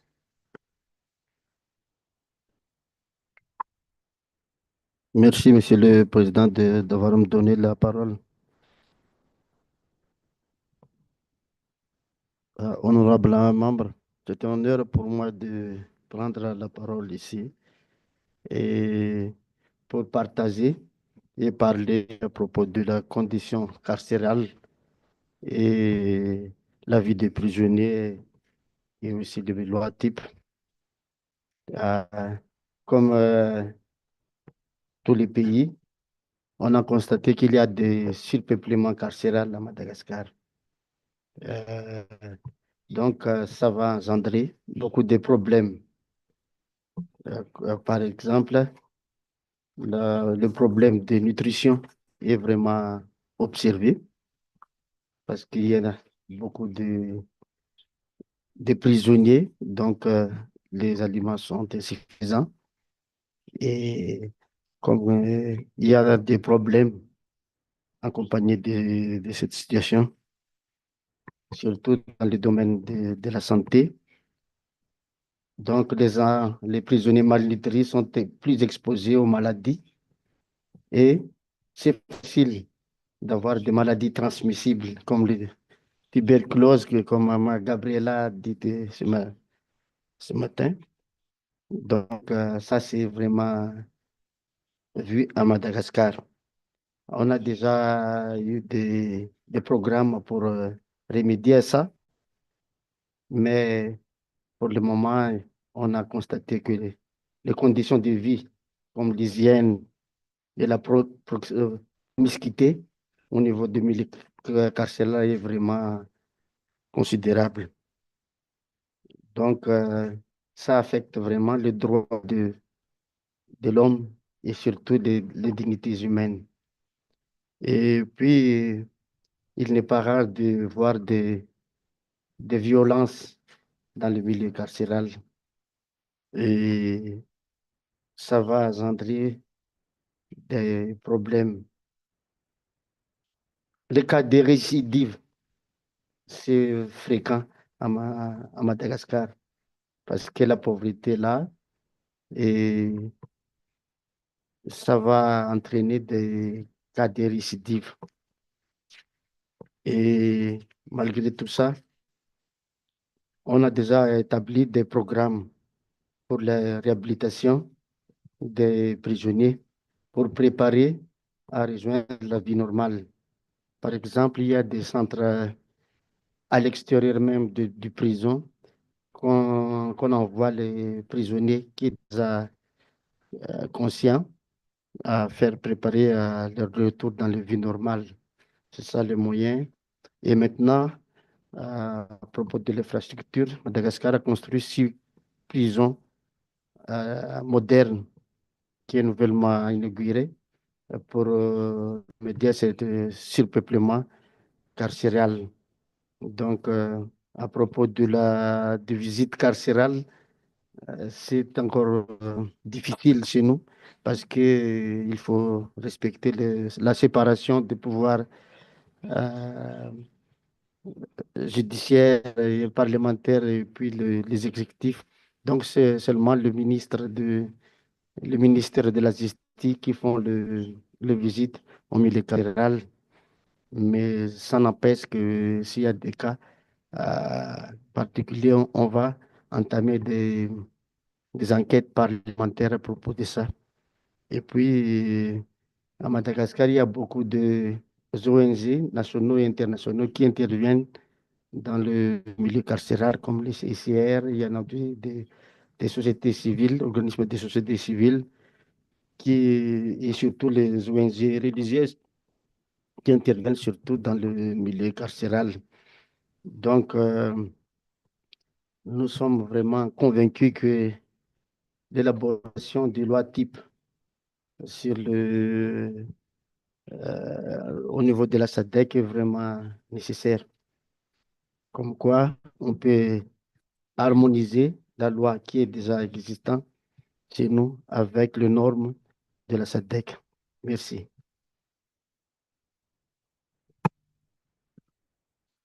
Thank you very much, Honorable. Do we still have any additional interventions from honorable members from the floor? Honorable member from South Africa? Thank you, Chair. I thought we were at the stage now where we're just sharing with the committee on some of the interventions that our respective member states have embarked on. Chair, once again, dealing with this issue, I would like to preface my intervention by pointing out that the South African Bill of Rights in Chapter 2 of the Constitution describes the rights of all persons in our country. However, there are certain rights that are of particular importance in respect of all prisoners. And the basic and these basic rights includes the right to human dignity, right to life, right to freedom and security of persons, and rights of arrested, detained, and accused persons. But in addition to the Constitution, the Department of Correctional Services is mandated to detain inmates in safe, secure, and humane conditions in correctional centers and remand detention facilities, provide sentence offenders with needs-based rehabilitation programs and interventions, and reintegrate offenders into communities as law-abiding citizens by effectively managing non-custodial sentences and parole. However, notwithstanding concerted efforts by the department to discharge its constitutional mandate and statutory obligation, South Africa continues to grapple with the crime problem, which accumulatively presents challenges for the country's prison system. I think we've seen at the report, Chair, as a result of this, we account for the largest population in Africa in terms of the prisoners, 156,600. And the corresponding effect of the growth in prison population in South Africa becomes more visible and clearly pronounced when looking at health issues in prisons, particularly transmission of infectious diseases and provision of health services. For instance, while prisoners in Southern Africa are 23 times more likely than people outside to contrast TB, in South Africa, nearly 25% of prisoners are HIV positive. As NGOs and advocacy groups such as Sonke Justice have reported, inmates in South African prisons, whether sentenced or awaiting trial, are subjected to dire conditions of detention. Prisons are severely overcrowded, understaffed, lack proper ventilation and sanitation, and do not offer inmates sufficient healthcare, nutrition, or recreation time. Poor conditions such as these poor conditions such as these increase the likelihood of sexual violence perpetration, as well as the transmission of diseases such as HIV and TB. This does not only present a human rights violation for inmates, but has the potential affect the population at large, because inmates are not a static population. They move around the prison system and back and forth outside the world. This therefore underscores the critical role of a proactive, effective, and impactful parliamentary prison oversight, which is crucial to prevent cruel and degrading treatment of inmates and ensure that they are detained in conditions that preserve their rights and well-being. Chair and honorable members, in South African context, to address the challenges highlighted above, the Department of Correctional Services reported to Parliament that during the 2019 to 2024 medium-term strategic framework, it will focus in the implementation of its self-sufficient and strategic framework, providing adequate security at correctional facilities and facilitating restorative justice. The Department's self-sufficiency and strategic framework included plans to firstly improve facilities and to continue implementing strategies to reduce expected overcrowding in correctional facilities by providing for the construction and refurbishment of facilities. Secondly, to focus on effective rehabilitation by continue ensuring that all sentence offenders are provided with effective rehabilitation program to enable their successful reintegration to society. It is in its efforts to achieve this, department implemented programs that focus on addressing the underlying causes of offending behavior, providing educational and vocational training to offenders to improve their life skills and employability upon release, and continuing to improve continuing to implement self-sufficiency and sustainability framework.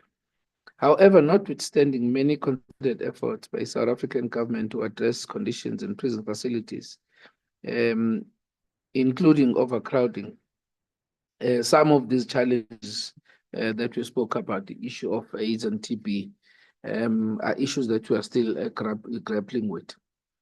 And more importantly, I think I've mentioned this, Chair, that I think in South Africa, we are the only country that has a body, which is the South Africa's Judicial Inspectorate for Correctional Services, that was established to make sure that it monitors the work of the correctional services. And this body works very closely with government, particularly the Department of Correctional Services, to make sure that all the rights enshrined in the Constitution that I've mentioned for prisoners are adhered to. And lastly, Chair and members, South Africa supports development of a SADC model law on prison oversight, not only to act as a benchmarking reference for national parliaments of SADC countries, but also to ensure that parliamentarians are sufficiently empowered through legal provisions to demand accountability from government for protecting prisoners' rights. I thank you, Chair. Thank you very much, Honourable Member. I believe at this point we have had an opportunity to deliberate on this matter. For the interest of time, we are going to move on to the next item. And now, before I bring in Dr. Mangwande, I am going to give an opportunity to our committee secretary here, who would like to share with you the notes that he has been capturing, which will include what the recommendations he has put together that different honorable members have been airing during the deliberations. And then we can have our resource person closing, wrapping up the entire session for us with insights of how this conversation could then follow on to the process of development of the model law. With that said, Munashi, I give you the floor. Thank you, Honorable Chair. Honorable members, I'll just run down the draft observations and recommendations that have emanated from the discussions that were happening in this room from morning until now. So the observations are as follows. Recognizing the fundamental right to health for all individuals, including prisoners, as enshrined in various regional and international human rights frameworks, and the critical role of parliamentary oversight in safeguarding this right within correctional facilities, noting that prisons in the SADC region face severe health challenges, including TB rates, which are 10 times higher than community levels, inadequate mental health services, and systemic neglect of vulnerable groups, such as women, juveniles, infants imprisoned with their mothers. Aware that poor prison health conditions not only violate human rights, but also pose public health risks, diseases transmitted in prisons spread to communities through staff, visitors, and released inmates.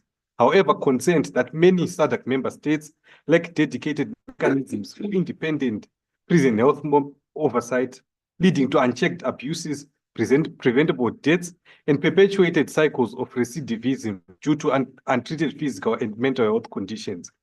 Further concerned that despite existing policies, underfunding and neglect of prison healthcare persist, with budgets often prioritizing security over rehabilitation and health, thus exacerbating overcrowding and disease outbreaks. Recognizing the urgent need to integrate prison health systems with national public health strategies, ensuring access to essential services like TB or HIV treatment, maternal care, and mental health support in line with the principle that prison health is public health. Acknowledging the role of Parliament in demanding accountability for prison conditions, allocating adequate health budgets for correctional facilities, and collaborating with judiciary bodies, civil society, and international partners to enforce these standards. Now, therefore, the committee resolved to recommend that the 57th Plenary Assembly should, 1, urge national parliaments to strengthen the capacity of the oversight committees to monitor conditions, enforce compliance with the healthcare standards, and investigate abuses with mandatory public reporting. 2, encourage member states to integrate prison health services into national public health systems, ensuring access to TB and HIV programs, mental health care, and maternal health services, funded through domestic budgets aligned with the Abuja Declaration's 15% allocation health target. 3, support the adoption of independent monitoring mechanisms, including oversight visits by parliamentary committees, national human rights institutions, and civil society with safeguards for whistleblowers and detainees. 4, urge the SADC PF Secretariat to develop regional prison health benchmarks, including minimum standards for medical care, staff training, and data sharing between prisons and public health authorities to track disease outbreaks. 5, call upon national parliaments to prioritize gender-sensitive health care in prison, including SRH services for women and trauma-informed care for juveniles, as required under the UN Bangkok Rules and the National Mandela Rules. 6, encourage member states to invest in prison healthcare infrastructure, including clinics, isolation units for infectious diseases, and rehabilitation programs funded through innovative financing like earmarked taxes on tobacco, alcohol, or reallocated security budgets. 7, urge the SADC PF Secretariat to collaborate with various regional and international bodies to facilitate cross-border collaboration on prison health, including food procurement of medicines, shared training for medical staff, and regional forums to exchange best practices.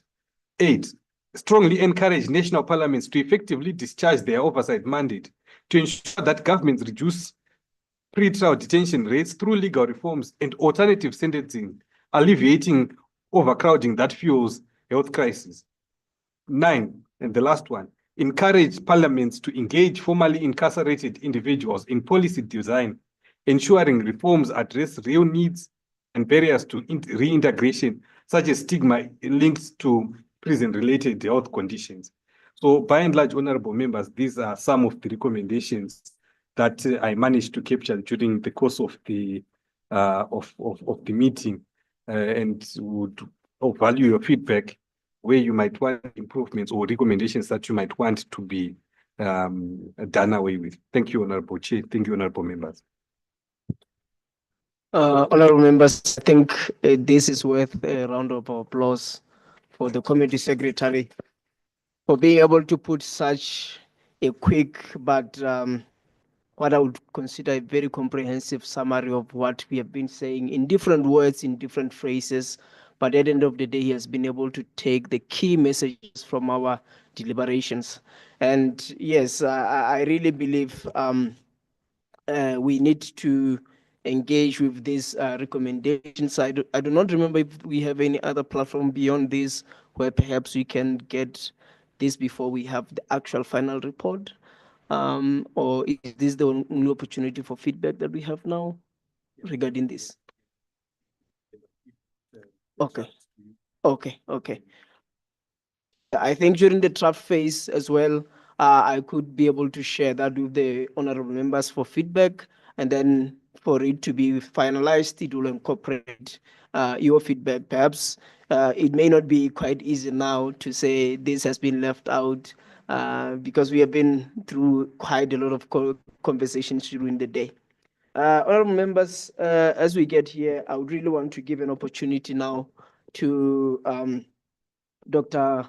Mwende to really wrap up for us the session. Again, take into consideration the recommendations that he has brought up for us. If anything that you find critical that could have been left out that perhaps would want to have included here, that would be welcome. After which, then that will be the end of our meeting. I will be delivering the closing remarks, and we can. There was an announcement that we actually are going to have a group photo, so we shouldn't forget that as well. Perhaps maybe after finishing the closing remarks, we will be directed somewhere outside or downstairs where we are going to take a group photo as the committee and the resource group that has been with us today. Dr. Magwende, I hope I've not been calling your name badly for the entire day. Again, honorable members from online, do indicate as well if you may want us to give you an opportunity for deliberations or anything, but we are looking and do not see any indication of such. For that effect, we are going ahead with our resource person to give us a wrap up. Thank you very much. Thank you so much.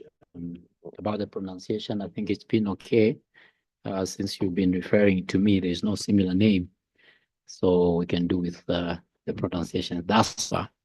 Yes, the closing remarks really just wraps up the deliberations that we've had.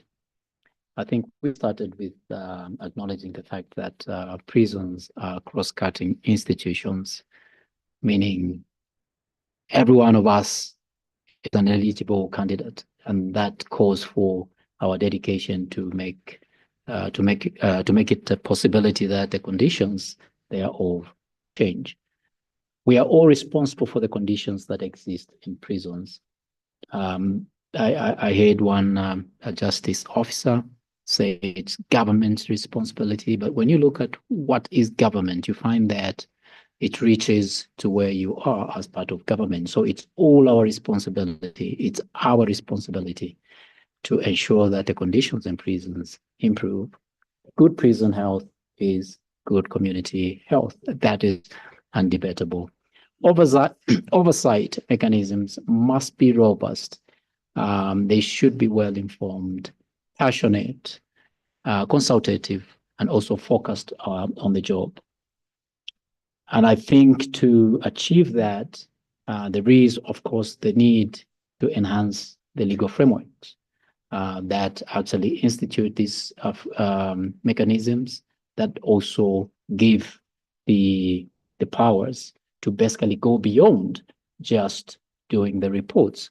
We see the oversight mechanisms in Malawi being very robust, but again, we legitimately ask ourselves the questions to say, look, there is such oversight, robust activity, but why should the conditions still persist?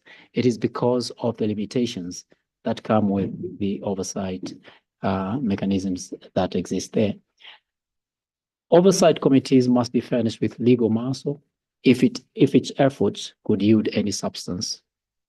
Before we renovate prisons, I would want to submit, before we build more prisons, before we can actually even try to make changes to what is existing on the ground, I think it is important for us to revisit our overall attitudes towards prison settings.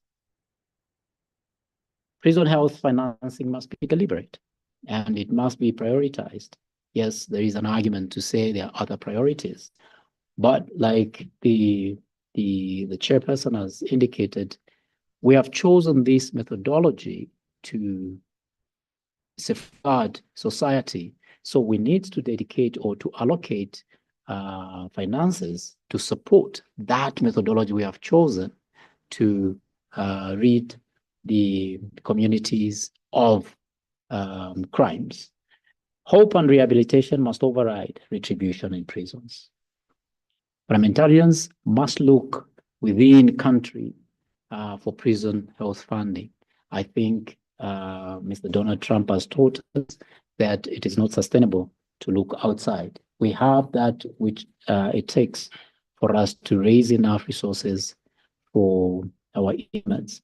An example that I gave, I think, when we were deliberating over tea, is the numbers in my country. We have 30,000 inmates. And whatever mathematics we would do, you find that that's a small number to really take care of. And by the way, most of these are jailed with hard labor, meaning they are a resource on their own. And I think if we follow Burkina Faso's activities, the prisoners are becoming a serious resource to the development of that country. So therefore, our attitude towards prison setting, instead of looking at it as an expense, we look at it as a resource, then I think a lot would be done as opposed to us lamenting. Women and girls' specific health needs must be considered separately and deliberately. Prisoners, and this is what I've just said, through rehabilitation must play a role in contributing to their welfare. Yes, the possibilities that do exist to play a major role in decongesting and thereby improving the health of the inmates, putting up modern facilities, alternative sentencing to incarceration, releasing or pardoning deserving inmates, strengthening parole system and other forms of release, decriminalization of minor offenses, restorative justice system. This is where victim offender mediation takes place, community-based solutions, especially for first offenders and juvenile offenders, as opposed to incarcerating such offenders. Building prisons specific for female prisoners, I think this should also be one of our priorities. in our quest to improve the criminal justice system vis-a-vis health delivery. We also need to enhance crime prevention programs in our extension services. We also need to strengthen community-based solutions, like I indicated. We uphold rehabilitation versus incarceration. And I think, as we all agreed again, prisoners are humans. And therefore, when we look at prisoners, we should not think of them as being so distant from us. They are our brothers and sisters. They are our cousins. They are our mothers and parents. And therefore, we should extend to them that aspiration that we would appreciate if we were in their shoes. Thank you very much, Mr. Chairman. Thank you very much, Doctor, for summarizing this quite accurately and quite profoundly, I would say. It has really talked to the deliberations that we have had as the entire committee over the day today. So this, honorable members, brings us to the end of our meeting today. And I would like to then deliver the closing remarks, after which then we will be guided. Munashi here, I guess you're already connecting the camera crew. Oh, yes, he's already here as well, so that we know where to go after here and possibly have a lovely day thereafter. We finished quite on time as was planned. Thank you so much, honorable members. The vice chairperson of the committee, Honorable L. Karinye, in absentia. Honorable members of the committee, the Secretary General of the SADC Parliamentary Forum, Her Excellency Ms. Buyemo Sohoma, in absentia. Our distinguished facilitators and consultants, ladies and gentlemen. As we conclude this historic session, I'm reminded of the African proverb: if you want to go fast, go alone. If you want to go far, go together. Today we have chosen to go far. To my fellow honorable members of parliament, your passionate engagement has been the heartbeat of these deliberations.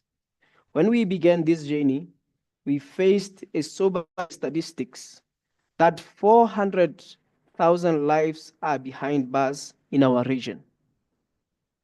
Of those, 37% are awaiting trial. And women constitute 3% of this population. Yet through your probing questions and thoughtful interventions, you have transformed these statistics from cold data points into a moral imperative for action. The guidance from our esteemed facilitators and technical experts has been invaluable. You have helped us navigate a complex legal frameworks while never losing the sight of the human dimension. Your evidence-based approach have shown us that rehabilitation programs can reduce recidivism by up to 43%. That prison education initiatives can cut reoffending rates by half, and that mental health interventions can break cycles of intergenerational trauma. These are not just numbers, but beacons of hope that will guide our model law. It would be remiss of me not to recognize the ever excellent role of the Secretariat of the SADC Parliamentary Forum under the visionary leadership of the Secretary General, Ms. Buyemo Sohoma, in championing this initiative. Doubtless, this deserves special recognition. Your commitment to developing practical, right-based legal frameworks continue to set our region apart. Through your foresight, we are moving from merely managing prison populations to transforming lives and communities. But our work is just beginning, honorable members. As you return to your respective nations, you carry with you a sacred responsibility. You must become educators, Educators will help constituents understand the humane prisons. Educators that, yes, you become educators helping constituents understand that humane prison means safer communities. You will advocate by pushing for budget allocations that fund rehabilitation programs. You will be reformers who will be working across party lines to implement changes we have envisioned. In doing so, your actions must be guided by the sobering statistics which are reflective of the failures in policy implementation, but more importantly, failures on moral compass. We must therefore live here united in purpose, but diverse in our approaches, adapting our shared vision to local context while maintaining our common commitment to humanity and dignity. That is why the great Nelson Mandela once remarked, it is said that no one truly knows a nation until one has been inside their jails. I think this is the biggest lesson I have learned, not necessarily particularly for the example that was brought. It said to me, what is it that I don't know about Lesotho? I have not been in the prison in Lesotho. Perhaps there is a lot going on that we need to uncover. Today we have chosen to know our nations better and to make them better. Drawing inspirations from this wisdom that shared by the chairperson in the opening remarks, I will conclude by noting that the pages of history lie open before us, and it is up to us to write a chapter worthy of our people and our region. I wish you all safe travel back to your respective countries. I thank you all.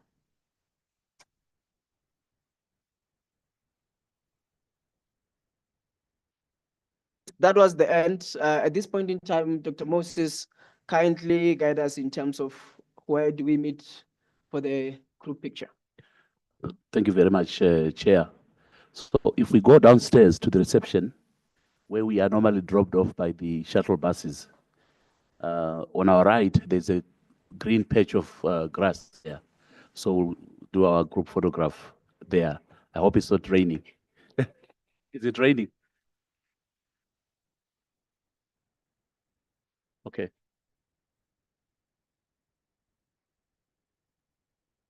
Yeah, we could try that. Yeah. Okay. All right. If it's raining, let's try it on the stairs here. Yeah.